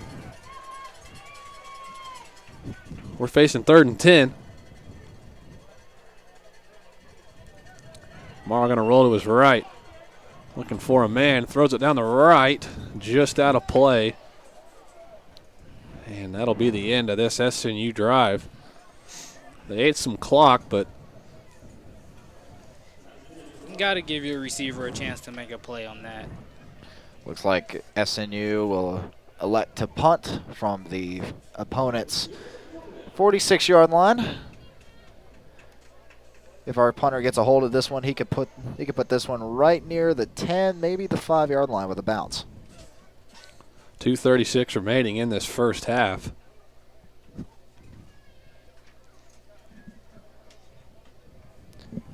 Looks like he did get a hold of that one.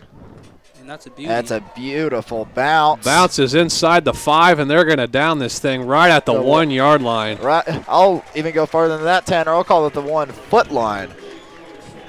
What a punt. Can't ask for nothing more from your punter. He pins him deep.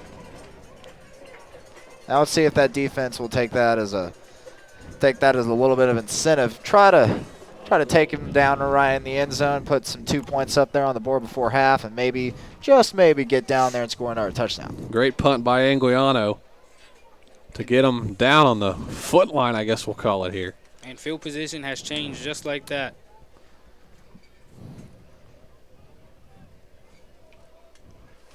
So Southeastern will set up from their own 1. In the shotgun, it's Polite. He's going to pass out of the 1-yard line, taking a shot down the field. He's got a man. It's tipped up and pulled down. Man. Wow. What a catch. An impressive catch. Frankie Okafor, the 6'3 senior from Arlington, Texas, just skied up over Derek Carmouche to pull that thing down. I think it was battered around in there. It was a little bit of a mini tip drill going on in that little collision. And that's why those receivers do that at practice. Man, what a gutsy play call, too. You don't see that very often out of the goal line. That's a lot of trust in your quarterback and your receiver. Ronnie Green out on the right side. Down across the 45 to about the 47, 48-yard line. Under 2 minutes now, so the Savage Storm are looking to move the ball here and put some more points up before half. They will receive the ball in the second half. Let's see if this Storm defense can keep them off the scoreboard.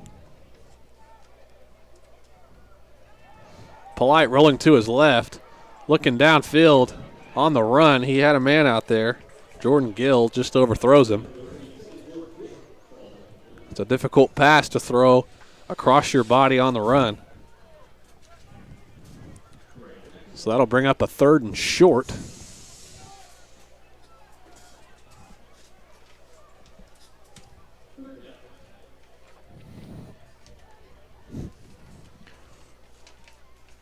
I'll call it 3rd and 2.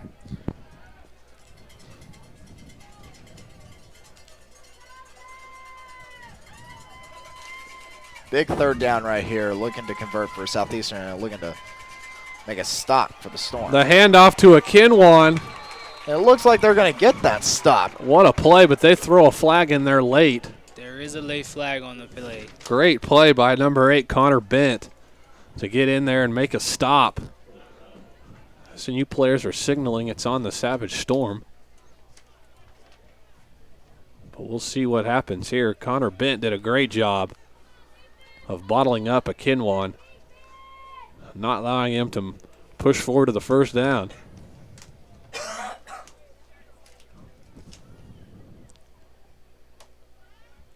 Our head official is calling a personal foul on the Crimson Storm.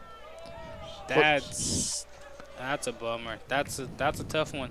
They got the stop they needed on third down, but that penalty gives them, the Storm, an automatic first down. I'm not quite sure what happened in there, Antoine. I didn't see anybody run in there late or do anything that would warrant a personal foul, but and then again, the referees are down there on the field, and we're up here in the press.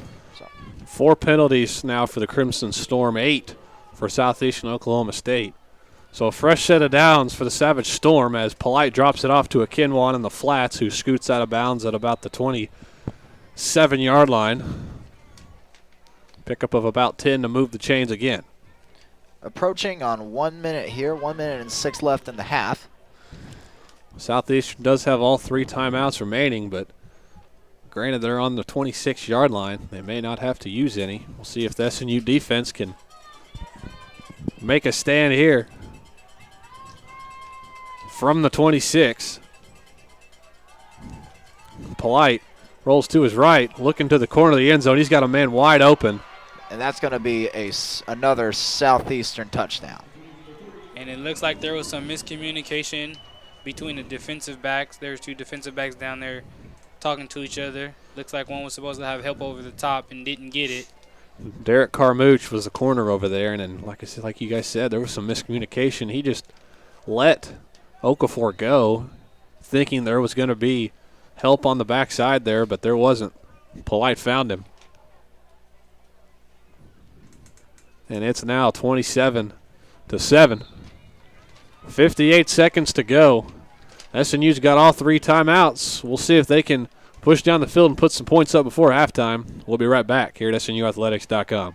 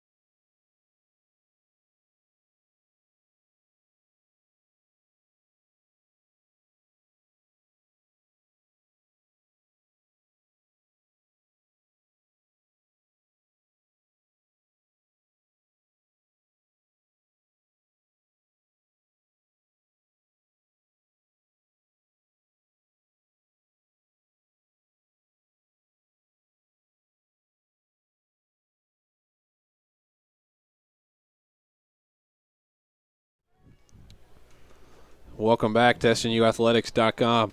27-7 in favor of Southeastern Oklahoma State.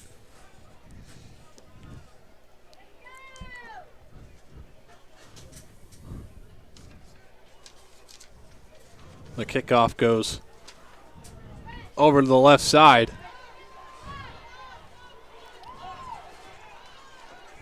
Down across the 30. It's Damian Willis. And Willis was hit out of bounds by the Savage Storm kicker, Jake Walters. SNU will set up this shot that will set up this drive at the 29-yard line with 50 seconds left in the half. see what they elect to do before we head out to the locker rooms for intermission. They do have 3 timeouts, so see how aggressive this offense gets down the field. Savage Storm is stacking the box. Out to the right side, it's Whitfield. Out across the 30, did not get out of bounds to the 32. Clock moving. 36 seconds to go, and here comes a timeout for the Crimson Storm.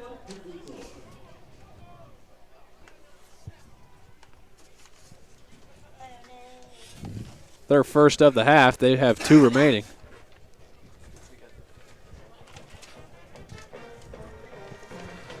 While this timeout, we'll give you some other scores around the GAC.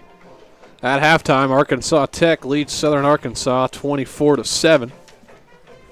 And at halftime, Harding leads Arkansas Monticello 12-0.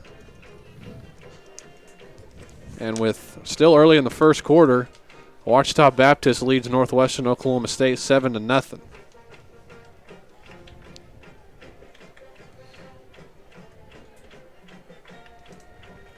Talked about Henderson State picking up a 33-0 win over Southwestern, including East Central picking up a win against Oklahoma Baptist. So we're back in action here, 36 seconds to go. They're sending the blitz. Morrow getting rid of it, looking for Coleman Jr. out there near the 50. Incomplete, brings up a 3rd and 7. So the Savage Storm brought the house. Difficult throw for Morrow.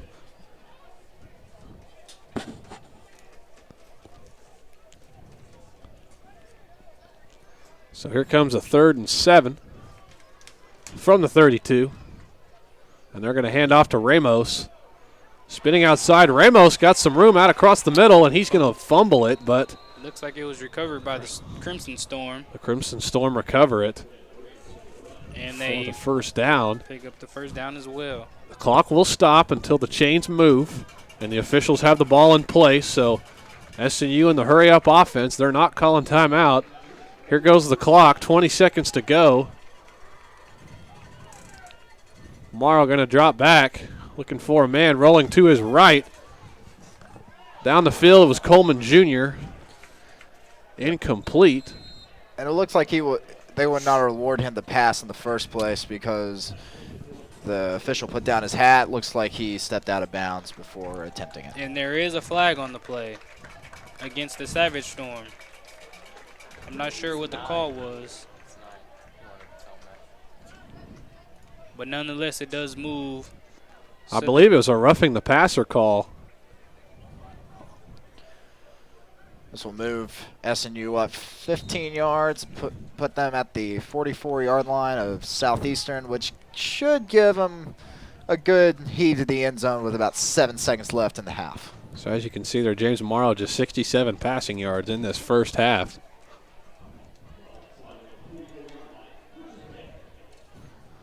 Seven seconds to go. The Crimson Storm will call their second timeout of the half, and we'll take it with them. We'll see if the Crimson Storm makes something happen. 7 seconds to go. We'll be right back here at SNUathletics.com.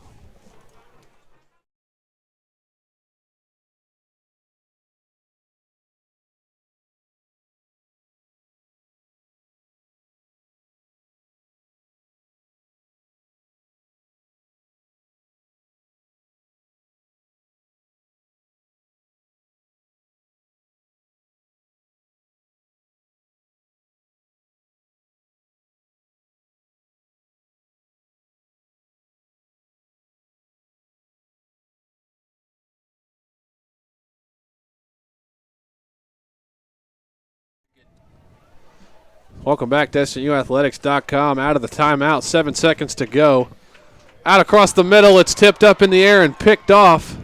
It hit off Lakeem Christmas's hands. Picked off by the Savage Storm. Tackled down, and that'll be the final play of the first half. It's picked off by Raheem Wilson. And that'll be it for the first half. We go to recess. Southeastern Oklahoma State leads 27-20. We'll take a break. When we come back, we'll break down the first half, give some thoughts on what we're looking for in the second half. Don't go anywhere. You're watching SNU football right here on SNUathletics.com.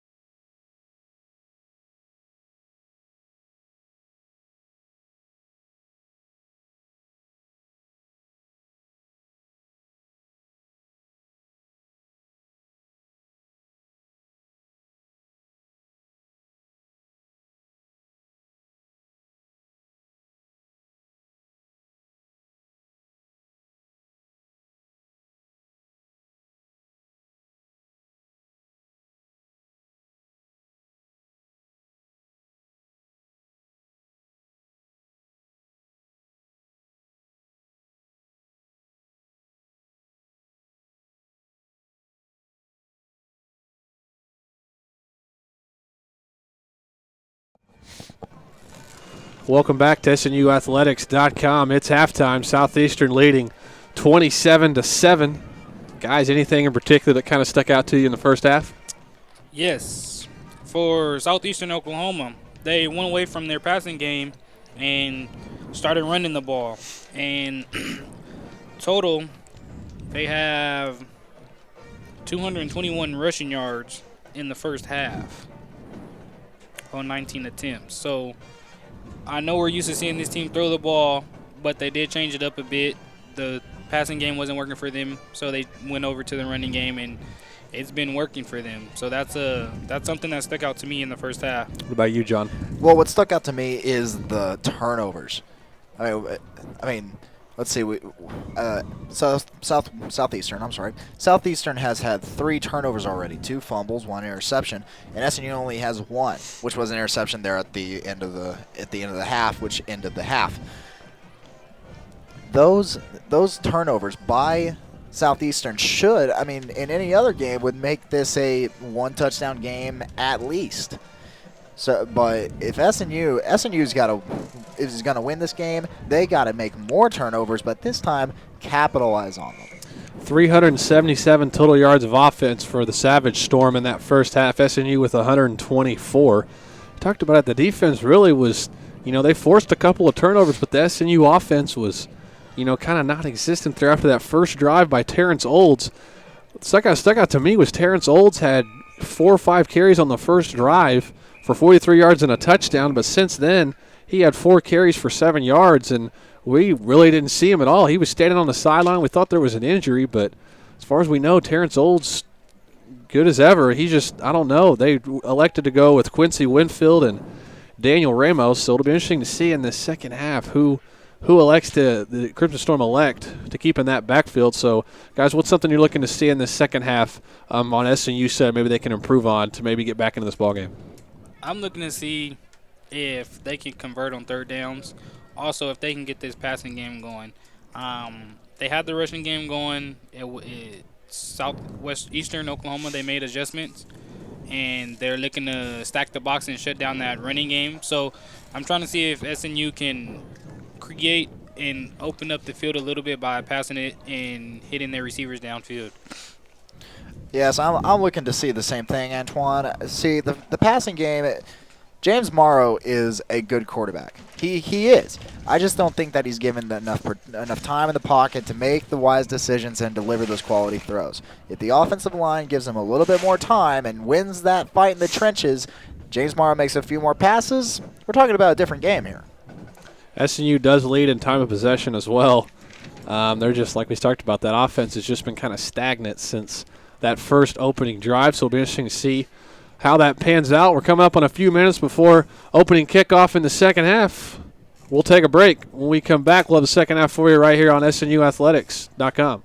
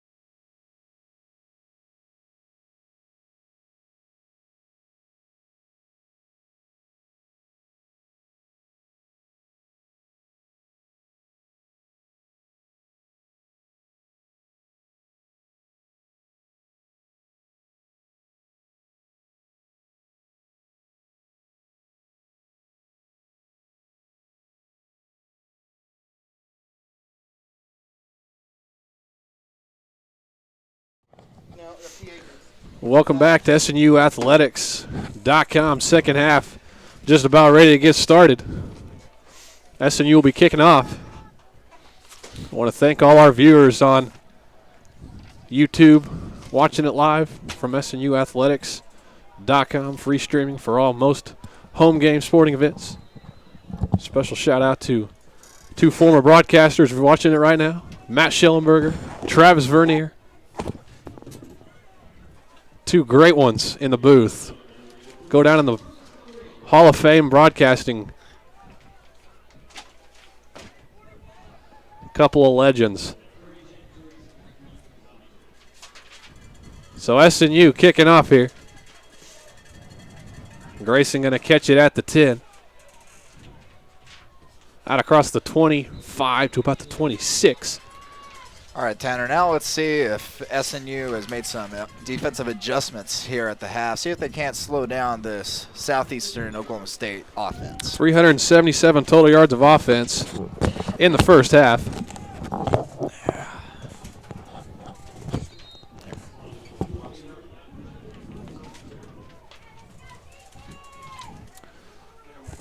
That Savage Storm offense back out there.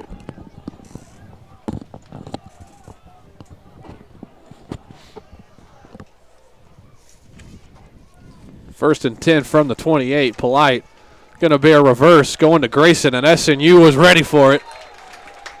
Nice play by number 16, Preston Odette. Number 8, Connor Bent. They sniffed it out. 3-yard loss for the Savage Storm. Great way to hold that backside and not get sucked in. Very way to read that. This is a great play by the SNU defense to start off. Loss of about 2 there. Polite going to hand off to Green up the middle. Green trying to get a push close to the 30. 4-yard gain that's going to bring up a 3rd and 9. This will be a huge stop for this SNU defense if they can hold them and get off the field and force them to punt.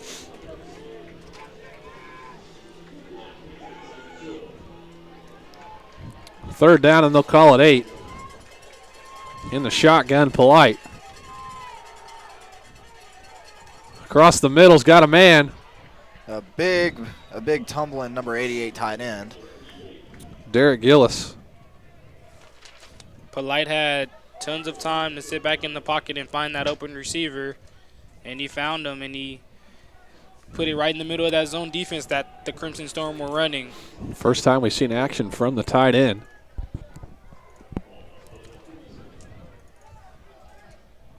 So Polite going to hand off to Green, who's tackled in the backfield. This time it's number 98, Jordan Harding. SNU is going to need more plays like that in order to slow down this offense, try to get a few more points on the board. First time I've seen one of those defensive linemen in the backfield make a play. If they can get some more of that, that's going to be huge to help out that linebacker core and that defensive back core. So let's see if they can keep that up. 2nd and 13. Polite rolls to his right. Looking for a man down there and just throws it away. SNU was wanting to hold on that play on the right side, but it's thrown out of play and we got a 3rd down. That was great coverage by the linebackers and the defensive backs. There was no one downfield for Polite to throw it to. I believe he was looking for his favorite target, number 9, Farmar, but he was covered as well. Southeastern has a 3rd down and 13 coming up. SNU trying, and it looks like they might get a free play on this one, and they will. Launching it down the field. It's picked off, but it's going to be coming back. Down the right side and out of bounds. Oh, and we got a hit late out of bounds, and here comes the flag. There's laundry all over the field. As it was number 31, Brayon Jackson. Brayon Jackson on the defensive end has just been a ball hawk. I mean, he's picked off a pass. He's recovered a fumble. Now he's picked off his 2nd pass. And there's another flag that's been thrown.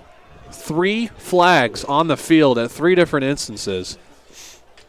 Well, first we had an offsides call, which would have negated the interception down there. But then right at the end of the play, we had a probable personal foul on Southeastern. Now we may have another personal foul on who knows. So this is going to be an interesting call on how this play ends up.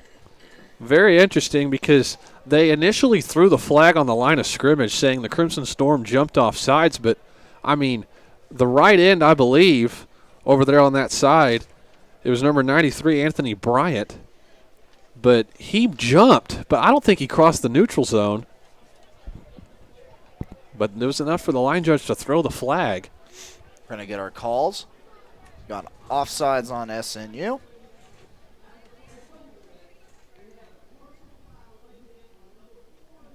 A late hit on Southeastern. And an unsportsmanlike on SNU.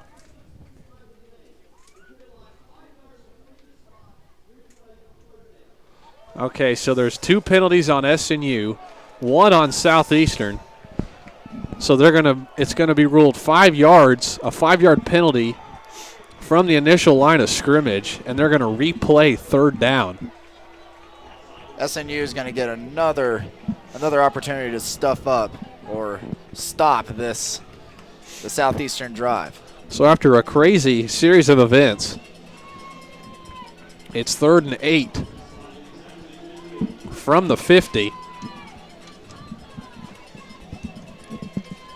So the officials are still conversing on where exactly the ball should be placed, and it looks like they've got it figured out.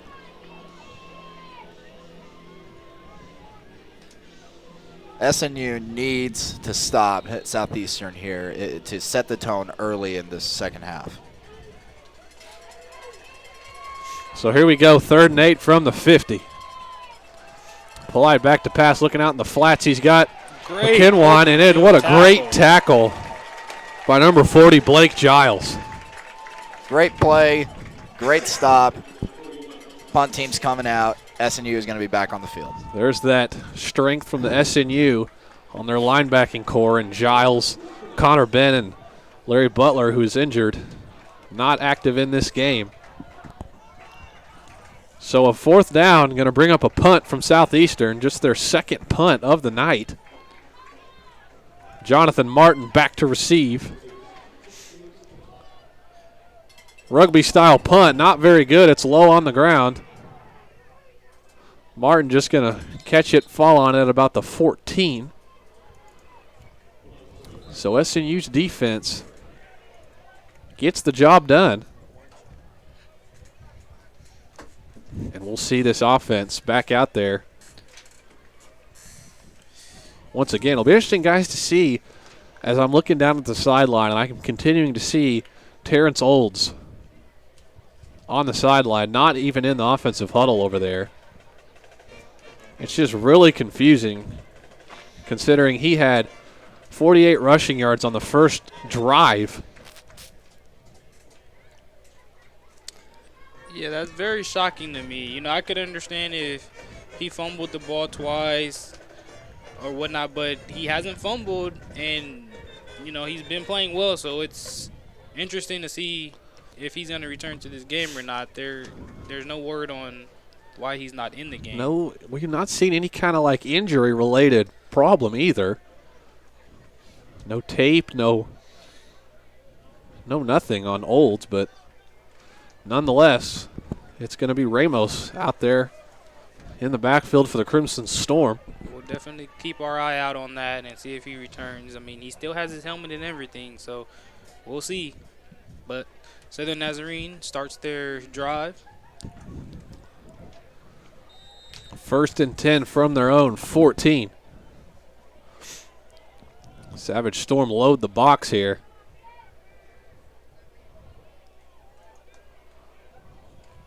Ramos going to take the handoff, cutting up the middle. Gets a good little push out across the 15 to maybe the 16, 17-yard line. Pickup of about 3 or 4 for Daniel Ramos.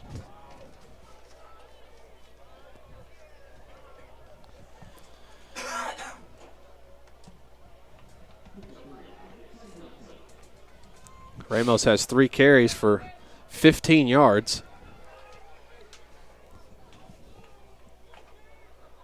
2nd and 6.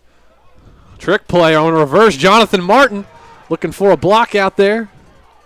Savage Storm are ready for it. Not fooling anybody there, so Martin might pick up 1 on the play. He did pick up a block from his quarterback, Morrow, though, which is interesting. You don't want your quarterback out there throwing blocks, but sometimes you have to do what you have to do. It looked for a moment like Martin had a little bit of room out there on the right side, but that Savage Storm defense, quick in pursuit, get over and stop it before we can get any big gains. So 3rd and 5 for the Crimson Storm. Morrow back to pass, looking for his man, Eldon Coleman Jr. Incomplete. Yet another 3 and out for the Crimson Storm offense.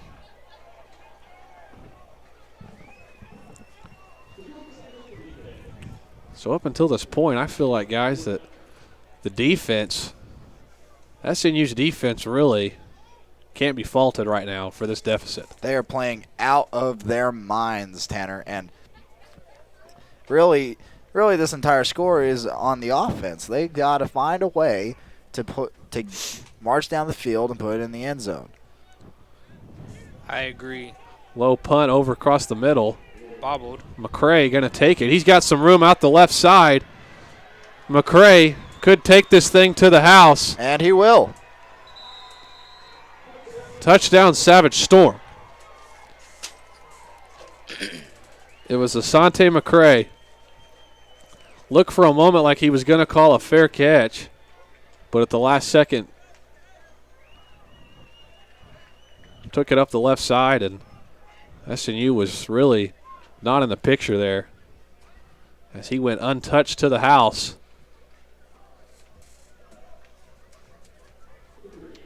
Not the start that the Crimson Storm were looking for the second half. After the punt return, the kick is up, and it is good. 9:58 remaining in the third quarter. Southeastern extends its lead, 34-7. We'll be right back here at SNUathletics.com.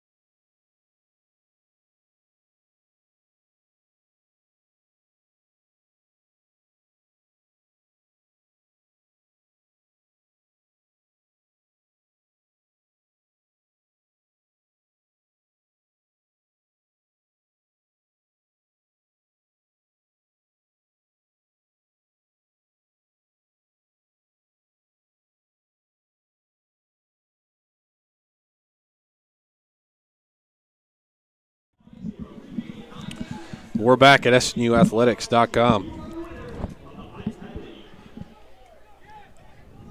Punt return from the Savage Storm.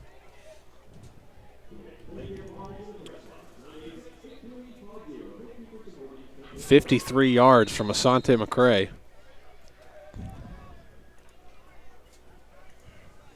So SNU struck first on the opening drive of the game. Looked pretty promising offensively. Since that opening drive, they've really, talked about it, been stagnant. Jonathan Martin fields it up the middle, takes it out towards the left side, looking for a block. Making some people miss. Martin still up, dancing around on the left sideline and out of play at about the 34. Nice return by Jonathan Martin.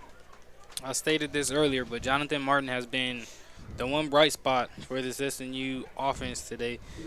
I think they should try to get him more touches on the ball in the second half, see if he can get anything going for himself and for his team. Another drive, and here comes SNU. This time it's Quincy Whitfield out there for the Crimson Storm.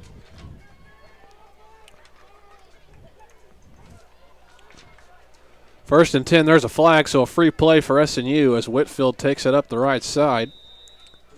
Down at about the 37, and looks like we're going to have an offsides on Southeastern.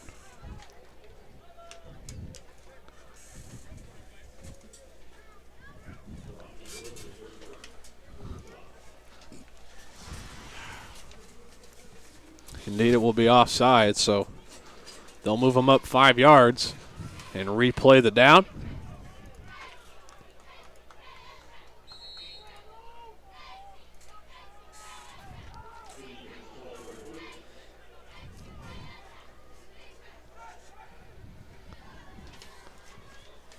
First and 5.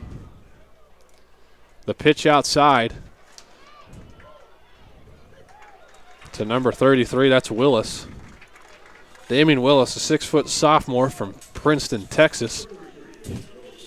So we've seen now Willis in the game carrying the ball. This is the 4th different running back the Crimson Storm has thrown out there. I saw Willis in the early fall scrimmage right before the Arkansas Tech game. He's a big, bulky guy, but he sure can move. Willis, 6 foot, 190. First down and 10 from the 44. Flags come flying. Once again, this Southeastern defensive line is very jumpy. And they're going to hit SNU with a false start. We saw that tight end over there lift his head ever so lightly and move him back about 5 yards. That'll be the 6th penalty on the Crimson Storm. 10 for Southeastern Oklahoma State.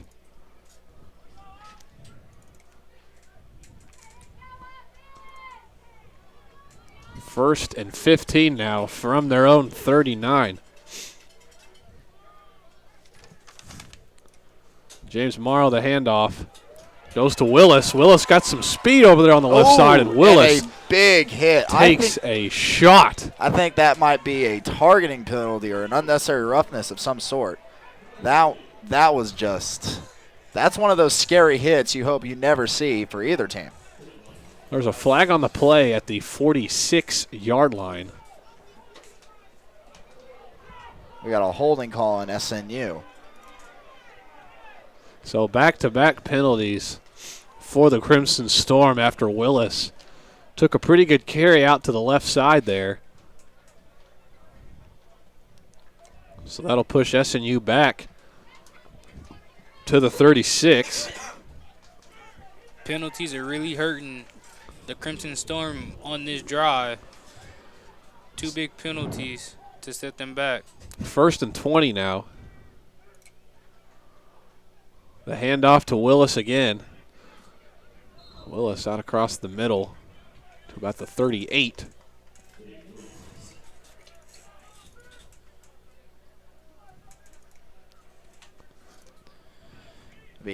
Coming up a second down and about 17 to the first.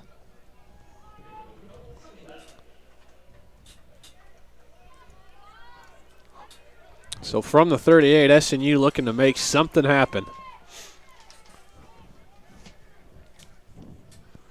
Morrow going to take the snap, being pressured. Oh, he gets rid of it. Gets rid of it to Willis there. Dumps it off. The fact that Morrow got out of that pile just to shove it off just a little bit to Willis is a miracle in and of itself. I thought for sure that he was down. And guys, that's watching that last play there. That right end just went right around left tackle John Clark.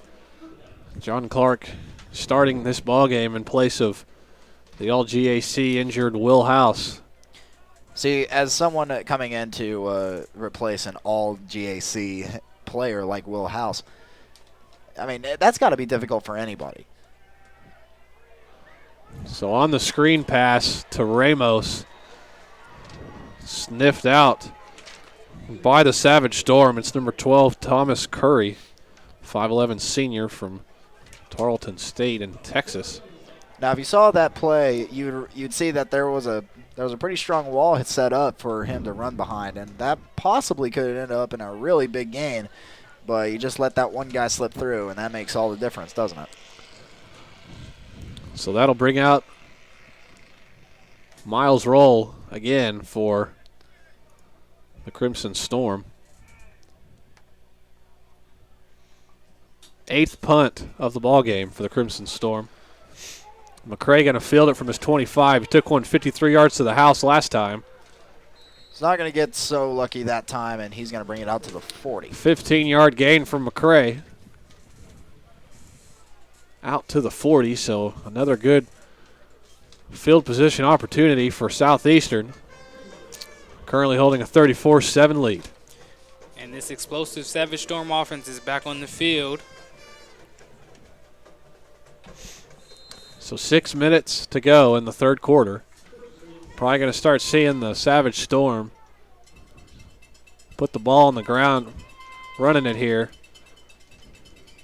with a big lead. The handoff on the left side goes to Akinwan, who gets a couple of yards there.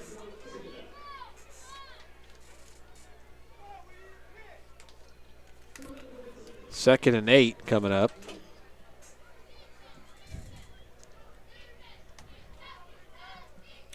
So with just under 6 minutes to go in the third quarter, Savage Storm are up to 400 yards of total offense.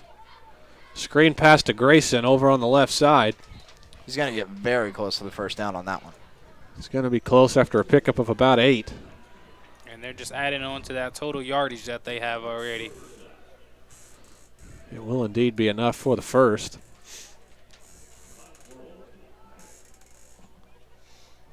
'20th first down of the ball game for the Savage Storm. SNU has 11 first downs. From the 50. Polite, another screen pass. This time it's out to Green. Excellent open field tackle out there by number 8, Connor Bent. Well done by Connor. He was able to shed that block and make that open field tackle. What an great individual effort by Connor. So on that last tackle, Bent up to 4 on the game. They're led by Blake Giles, who has 9. Isaiah Young with 7.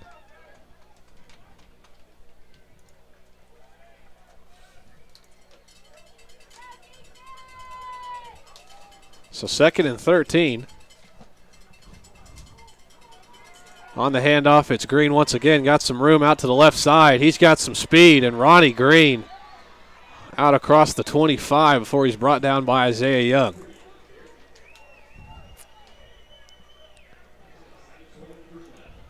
So a pickup of 22 for Ronnie Green. And another first down for Southeastern.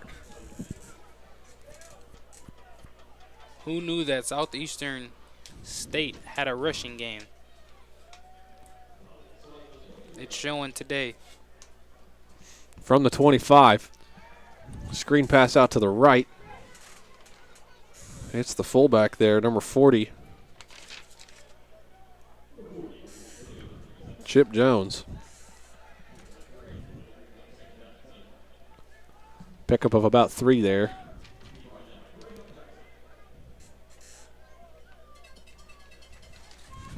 Second and 7 from the 21.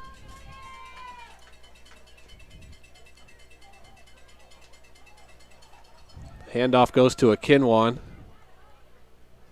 who scoots out across the 15, very close to that first down marker.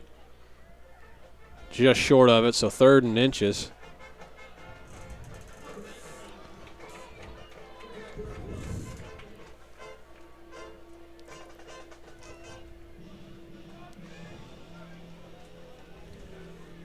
This Storm defense is looking a tad bit winded out there.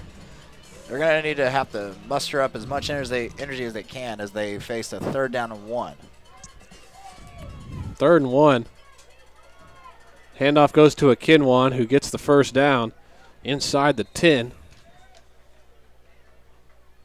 Brought down at about the 8, so that'll bring up a 1st and goal for the Savage Storm. That was some good patient running. He hit the hole and waited for it to open up. And once it did, he ran through it and picked up the first down.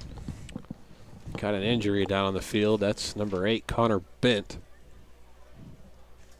And boy, would you hate to lose Another linebacker, as we see Bent right there. He's able to walk off under his own power, so hopefully Connor will be all right. Can't afford to lose another key member of that defense.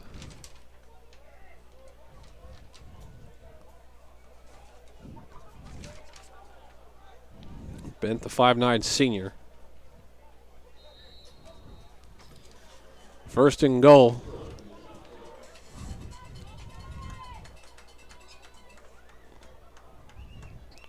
Southeastern knocking on the door again. They got on that jet sweep, trying to turn the corner, and he's going to get in there for another Southeastern touchdown. Jet sweep to Okafor, who scoots out and able to get in. Frankie Okafor takes the jet sweep 8 yards into the end zone.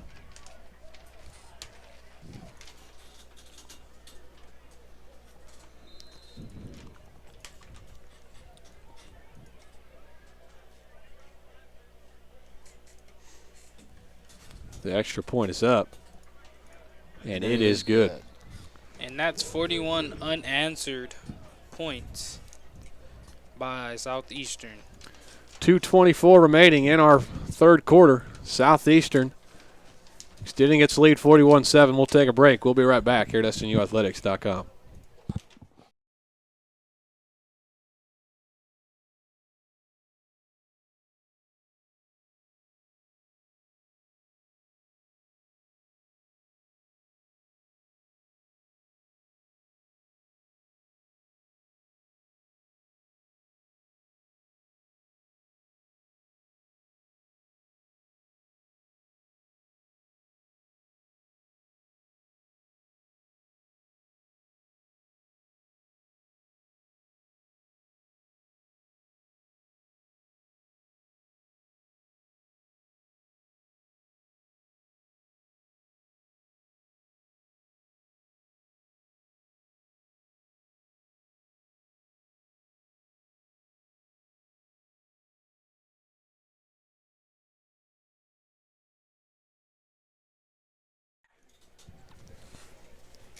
Welcome back to SNUathletics.com.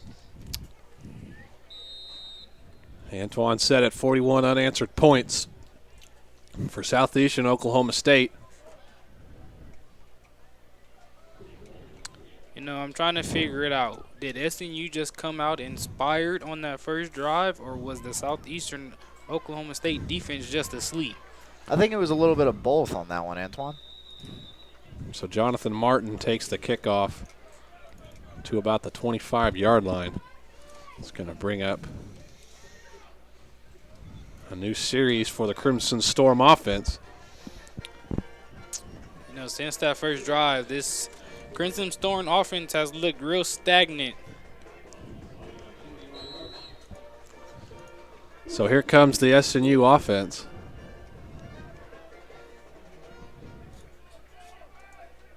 It's Willis out there with James Morrow. Fakes the handoff, rolls to his right, got a man out in the flats. Number 14, Ian Jones, out across the 35. Good pickup for the Crimson Storm. So he stepped out of bounds just before the marker. 2nd and 1 for SNU. They've got 11 first downs, looking for number 12.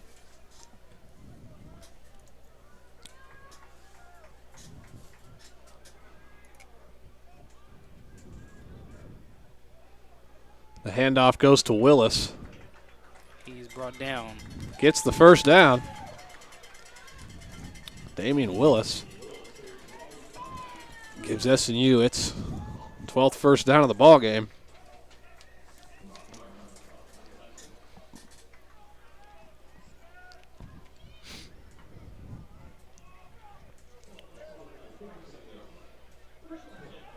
So 1st and 10 from the 37.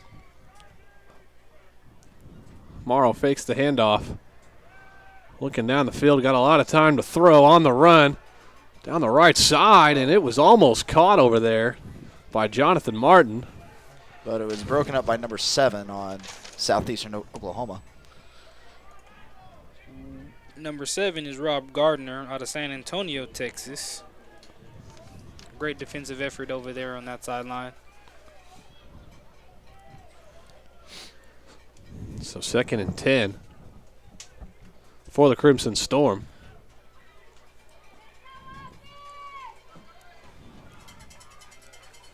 Morrow under center now. And the Storm look like they're bringing the house. Hand off to Willis. Scoots out the right side. Left side there. Close to the 45. Willis gets up as we approach the 45-second mark left in the third quarter. Pickup of about 7 yards there.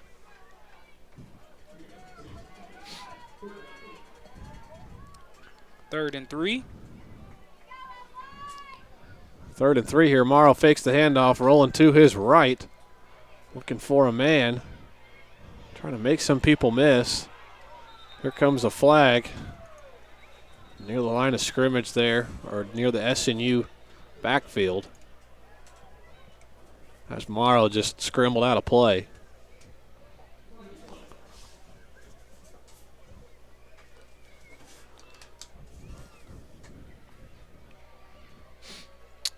Seems like they're trying to get Morrow out of the pocket. They're rolling him out a lot, but there's just no one open downfield. Everyone's covered.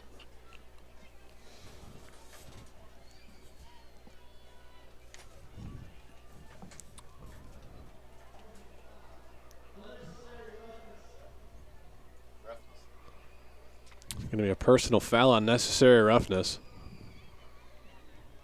on SNU.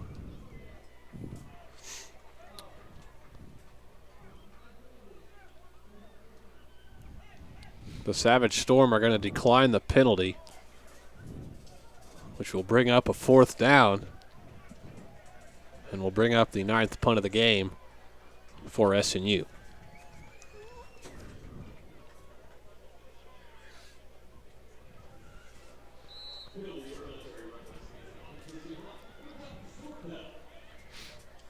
So just 9 seconds remaining in this third quarter.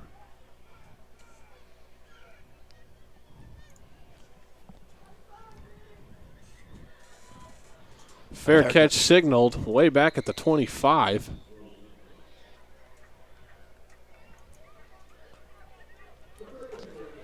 And here comes that, once again, very winded SNU defense trying their hardest just to get a stop and get their offense back on the field.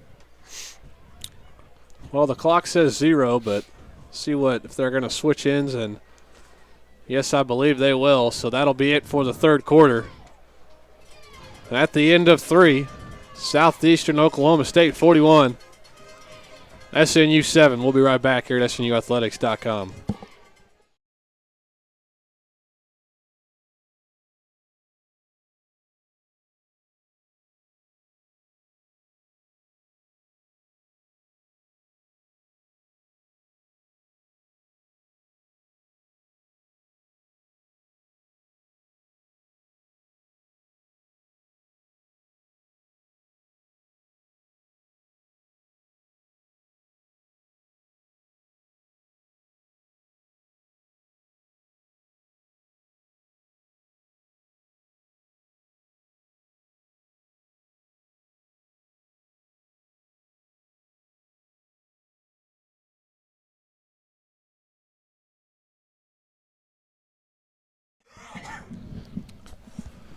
Welcome back to SNUathletics.com.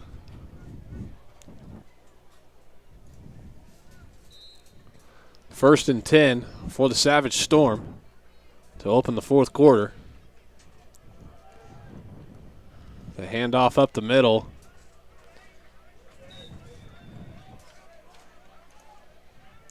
Goes to number 35, Devlin Wardham, 5'9" junior from Wolf City, Texas. Third string running back getting some reps here. Even their third stringers will not be denied.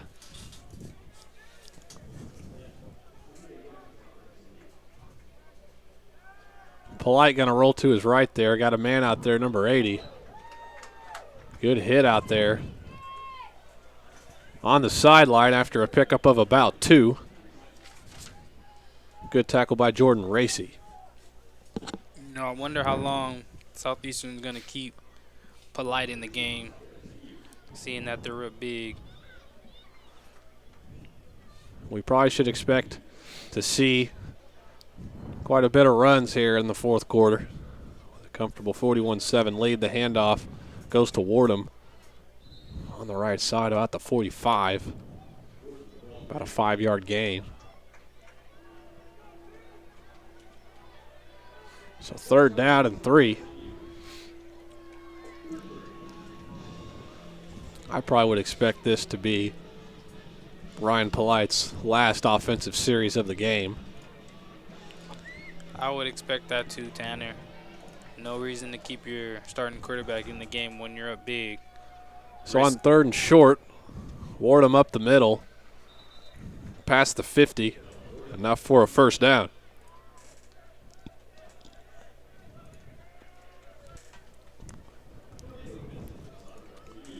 So another first down for the Savage Storm.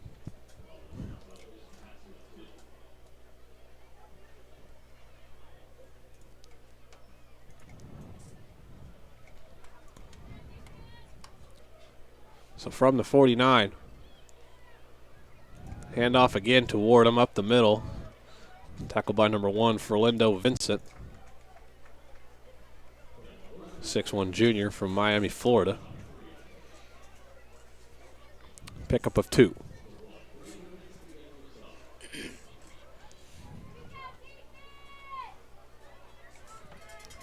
Second and 7.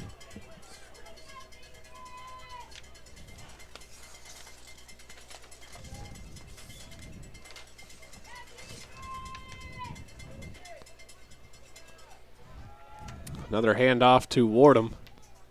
Really getting a lot of carries here as Wardham out across the 45 to the 43. Bringing up 3rd down. That offense is just amazing for Southeastern Oklahoma State. Coming up with 52 plays and 455 yards of offense as opposed to SNU's 51 plays and 147 yards of offense. They are completely dominating that side of the ball. 3rd and 3. The handoff goes to Kindwan, who's back in the game, their power back. And he's out across the 40, close to that first down, and they're going to go ahead and send it first down for Nelson Akindwan. What's really interesting to me is of those total 455 yards, 272 of them have come on the ground. That's a lot coming from a team that throws the ball really well. It's a great point, Antoine. It seems that their running backs just, I guess you can consider this their field day. So Wardham back in the game, taking the carry up the middle for 5 yards.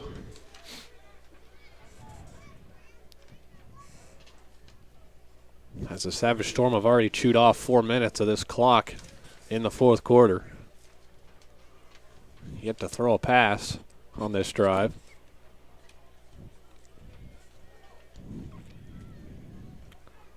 As Savage Storm now over 300 yards on the ground. As there's going to be a timeout on the field taken by Southeastern Oklahoma State. And we'll take one with them. 10:39 remaining in our ball game. 41-7 Southeastern Oklahoma State. We'll be right back here at SNUathletics.com.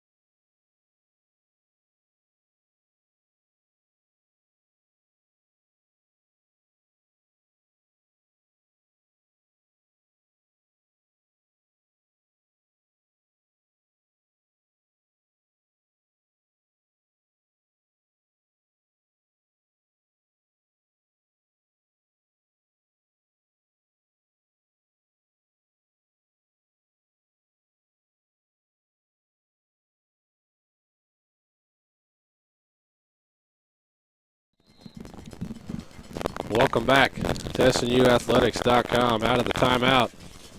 2nd and 5. On the ground, it's a Kinwan.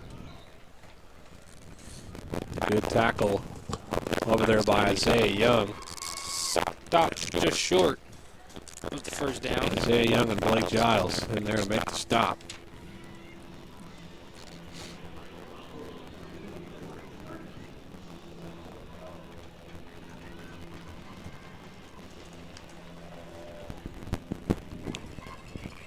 You see one particular player for the Savage Storm making an impact. Okafor, 4 receptions, 73 yards and a touchdown.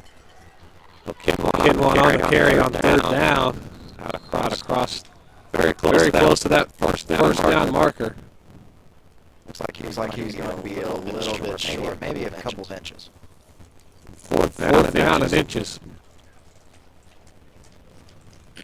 Board him back out there, and the Savage Storm offense staying out there. Why not? On the 30-yard line. This clock continues to move here. Fourth and inches. The handoff to Wardham. Looks like he's going to get it with second effort. I don't know. There's a spot there. He was hit about 30, but he inched forward just a little bit. And he's short. Yep. Turnover on down. Well, I was mistaken. SNU coming up with their first stop about a turnover. SNU defense stops the Savage Storm on 4th and inches. So here come the Crimson Storm offense back out there, 9:22 left in the ball game, just trying to get some kind of momentum offensively.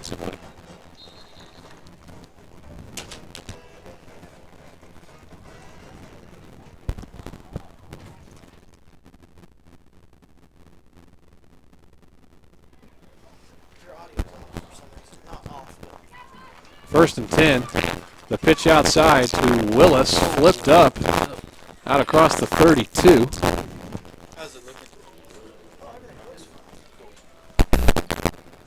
Pickup of about 1 or 2 there. 2nd and 8 from the 32.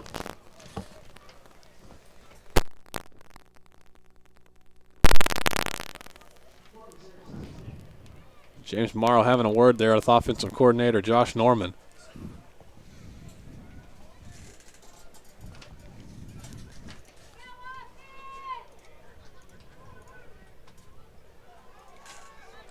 So 2nd and 8, Morrow in the pistol. Takes the snap, hands off. It's Whitfield. Close to that 35-yard line, about the 34. Whitfield is stopped for a short gain. 3rd down and 6 coming up for the Crimson Storm. Let's see if they can convert on this 3rd down and keep this drive going. That would be huge. It would keep the defense on the sideline for a little bit more time. 3rd down and 6. Movement on the offensive line. And we got some more laundry on the field. So we had a little bit of a hand pickup there on the right side of the offensive line for SNU. Caused a 5-yard penalty. And I'll move it back to make it a 3rd down and 11 as opposed to a 3rd down and 6. So as you can see there, James Morrow, just 11 completions on 27 attempts, 74 yards passing. When you can hold a quarterback to under 100 yards passing, you're doing your job on the defensive end. 3rd and 11. The handoff to Whitfield, and he is bottled up in the backfield. Loss of 3. It's going to bring up a 4th down. This Savage Storm defense has really bottled up that rushing attack.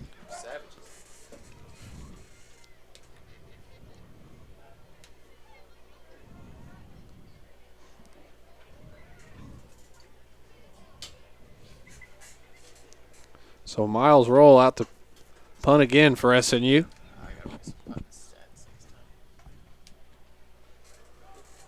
Good punt as McCrae's going to field it at the 31. McCrae got some room to move out there. There's a flag on the play down at the 33-34. I think we may be seeing a block in the back here, Tanner. I agree. Chris Hudson was back there to try to make the play, but I can see that block in the back from up here in the booth.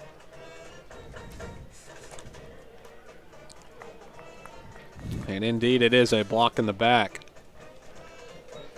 on the Savage Storm. And once again, this Crimson Storm defense is back out on the field.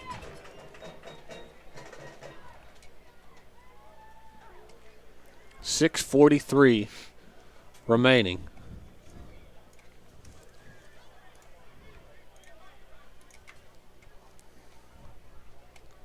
And there you see the Savage Storm's leading rusher in this ball game, Ronnie Green, 10 carries, 146 yards, and 1 touchdown. And Tanner was right. The Savage Storm have pulled Polite, and they put in their backup quarterback, number 18, Drew Smith, sophomore out of Sherman, Texas. So McCrae, the punt returner, is now into the game at running back, so he's looking like more of a flex option there. They can stick in the running back position.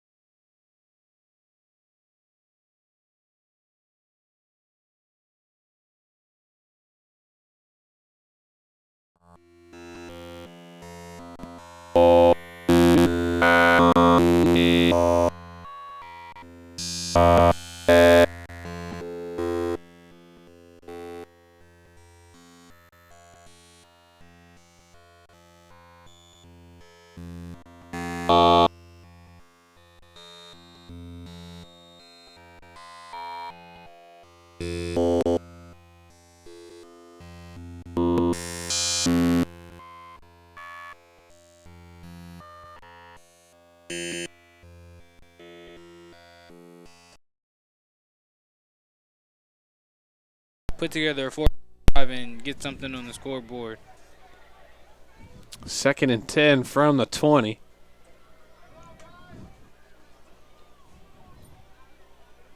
Mara going to take the snap, throwing over to Jonathan Martin on a screen. Martin out across the 22. A flag comes flying in late near the line of scrimmage.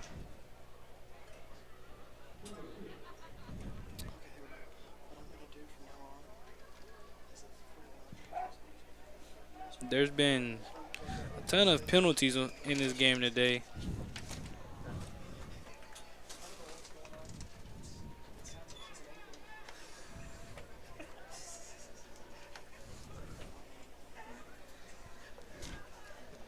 A total of 20 for both teams. 12 by Southeastern Oklahoma, and Southern Nazarene has 8. Make that 9 on a holding penalty for the Crimson Storm. That'll make it a 2nd down and 20 as opposed to a 2nd down and 10. Backing that up to about the 10-yard line. The SNU offense has been put on its heels, but not as much as it has been right now.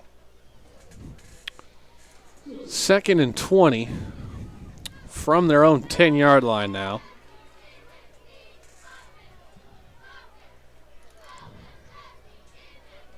From the shotgun, James Morrow.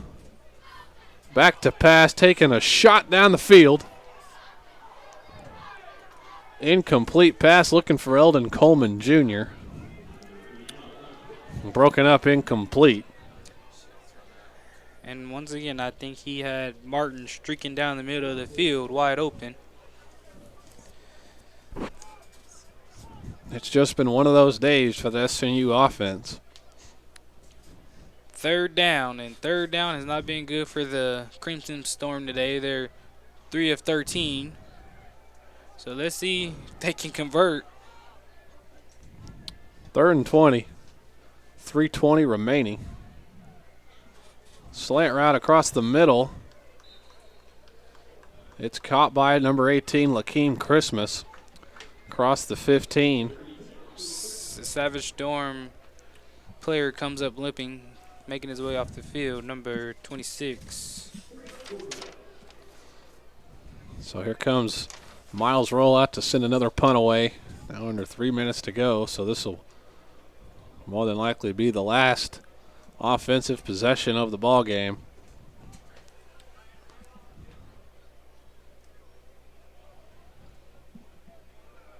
McCray standing at the 45. High punt end over end. Fair catch signaled at the 43. And here comes that. I mean, they played a well enough game. They won probably one of their best games of the year so far for SNU's defense, but it's just that offense just wasn't able to convert on those turnovers made. So that defense is very winded right now, very, very tired, but they're troopers. They're a bunch of troopers. They're going to march out again and take them on once more. You know, I agree with you with that. The defense has played well today. The score does not indicate that, but, you know, watching this game, I felt that the defense has played well today. When you cause 3 or 4 turnovers? I think it was 3 turnovers, Antoine. 3 turnovers, and your offense doesn't capitalize, you know, it's tough. But the fact that they caused 3 turnovers, that, you know, that's what the defense is here to do, and cause turnovers. So they played well. They played inspired all game, and, you know, must give a shout-out to them. They played, they persevered, they played with heart, and they haven't let their heads down yet. So big ups to the defense today. So SNU is going to fall to 0-4 on the season. Southeastern Oklahoma State will move to 2-2 in the conference. Next week, SNU will be back at home as they host Southern Arkansas.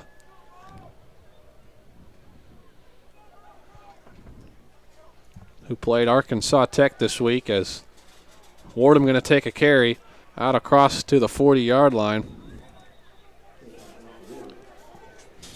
As currently Southern Arkansas trailing Arkansas Tech 44-21.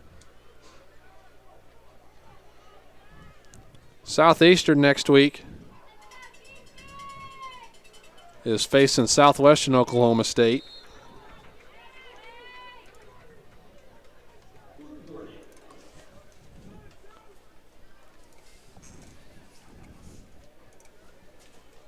So after the 1-yard gain there from the Savage Storm, we're under 2 minutes remaining.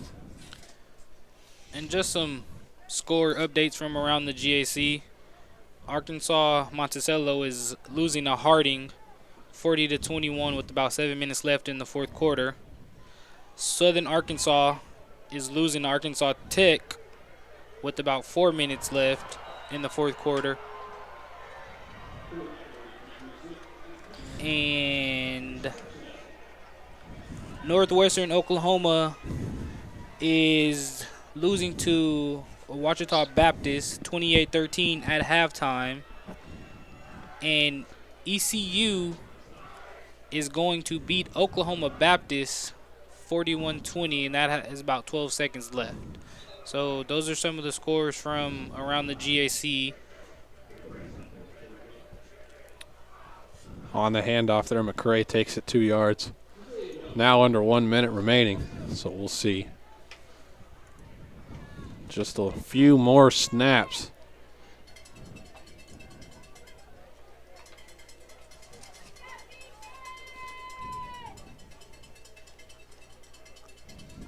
Handoff to McCray. That may be the last snap of the game as we're under 35 seconds.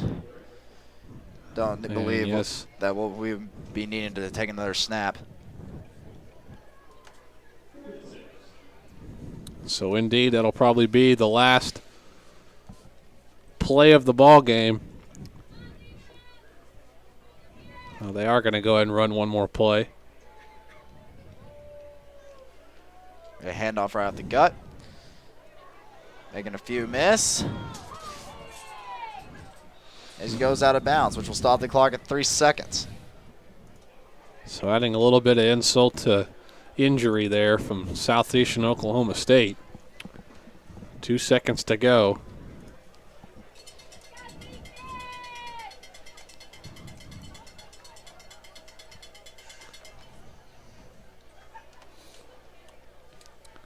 600 total yards of offense for Southeastern Oklahoma State.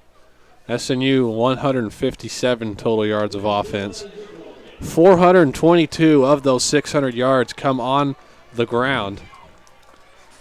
SNU 82 passing yards to the 75 rushing yards, so they will fall to 0-4 on the season. Southeastern to 2-2 on the season.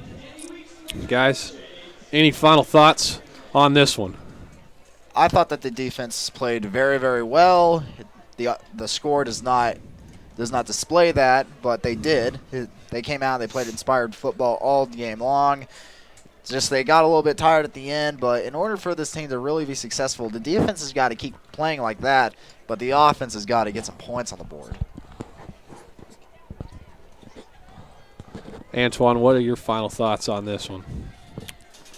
Like John was just saying, I thought the defense played a inspired game, and they played with tons of heart, created 3 turnovers that the offense couldn't capitalize on. But my biggest change of this game is the adjustments that Southeastern Oklahoma made.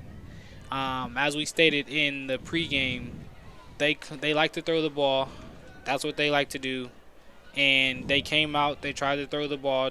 I believe they still threw for 185 yards, nowhere near what they've been doing, but they tried to throw it on the first drive. The DBs came to play, and they made adjustments, and they switched to the ground game, and it was very effective for them. They ended up having a total of 421 yards, and that was the biggest change, and that was the biggest thing that I've seen in this game today. So SNU will be back home next week against Southern Arkansas.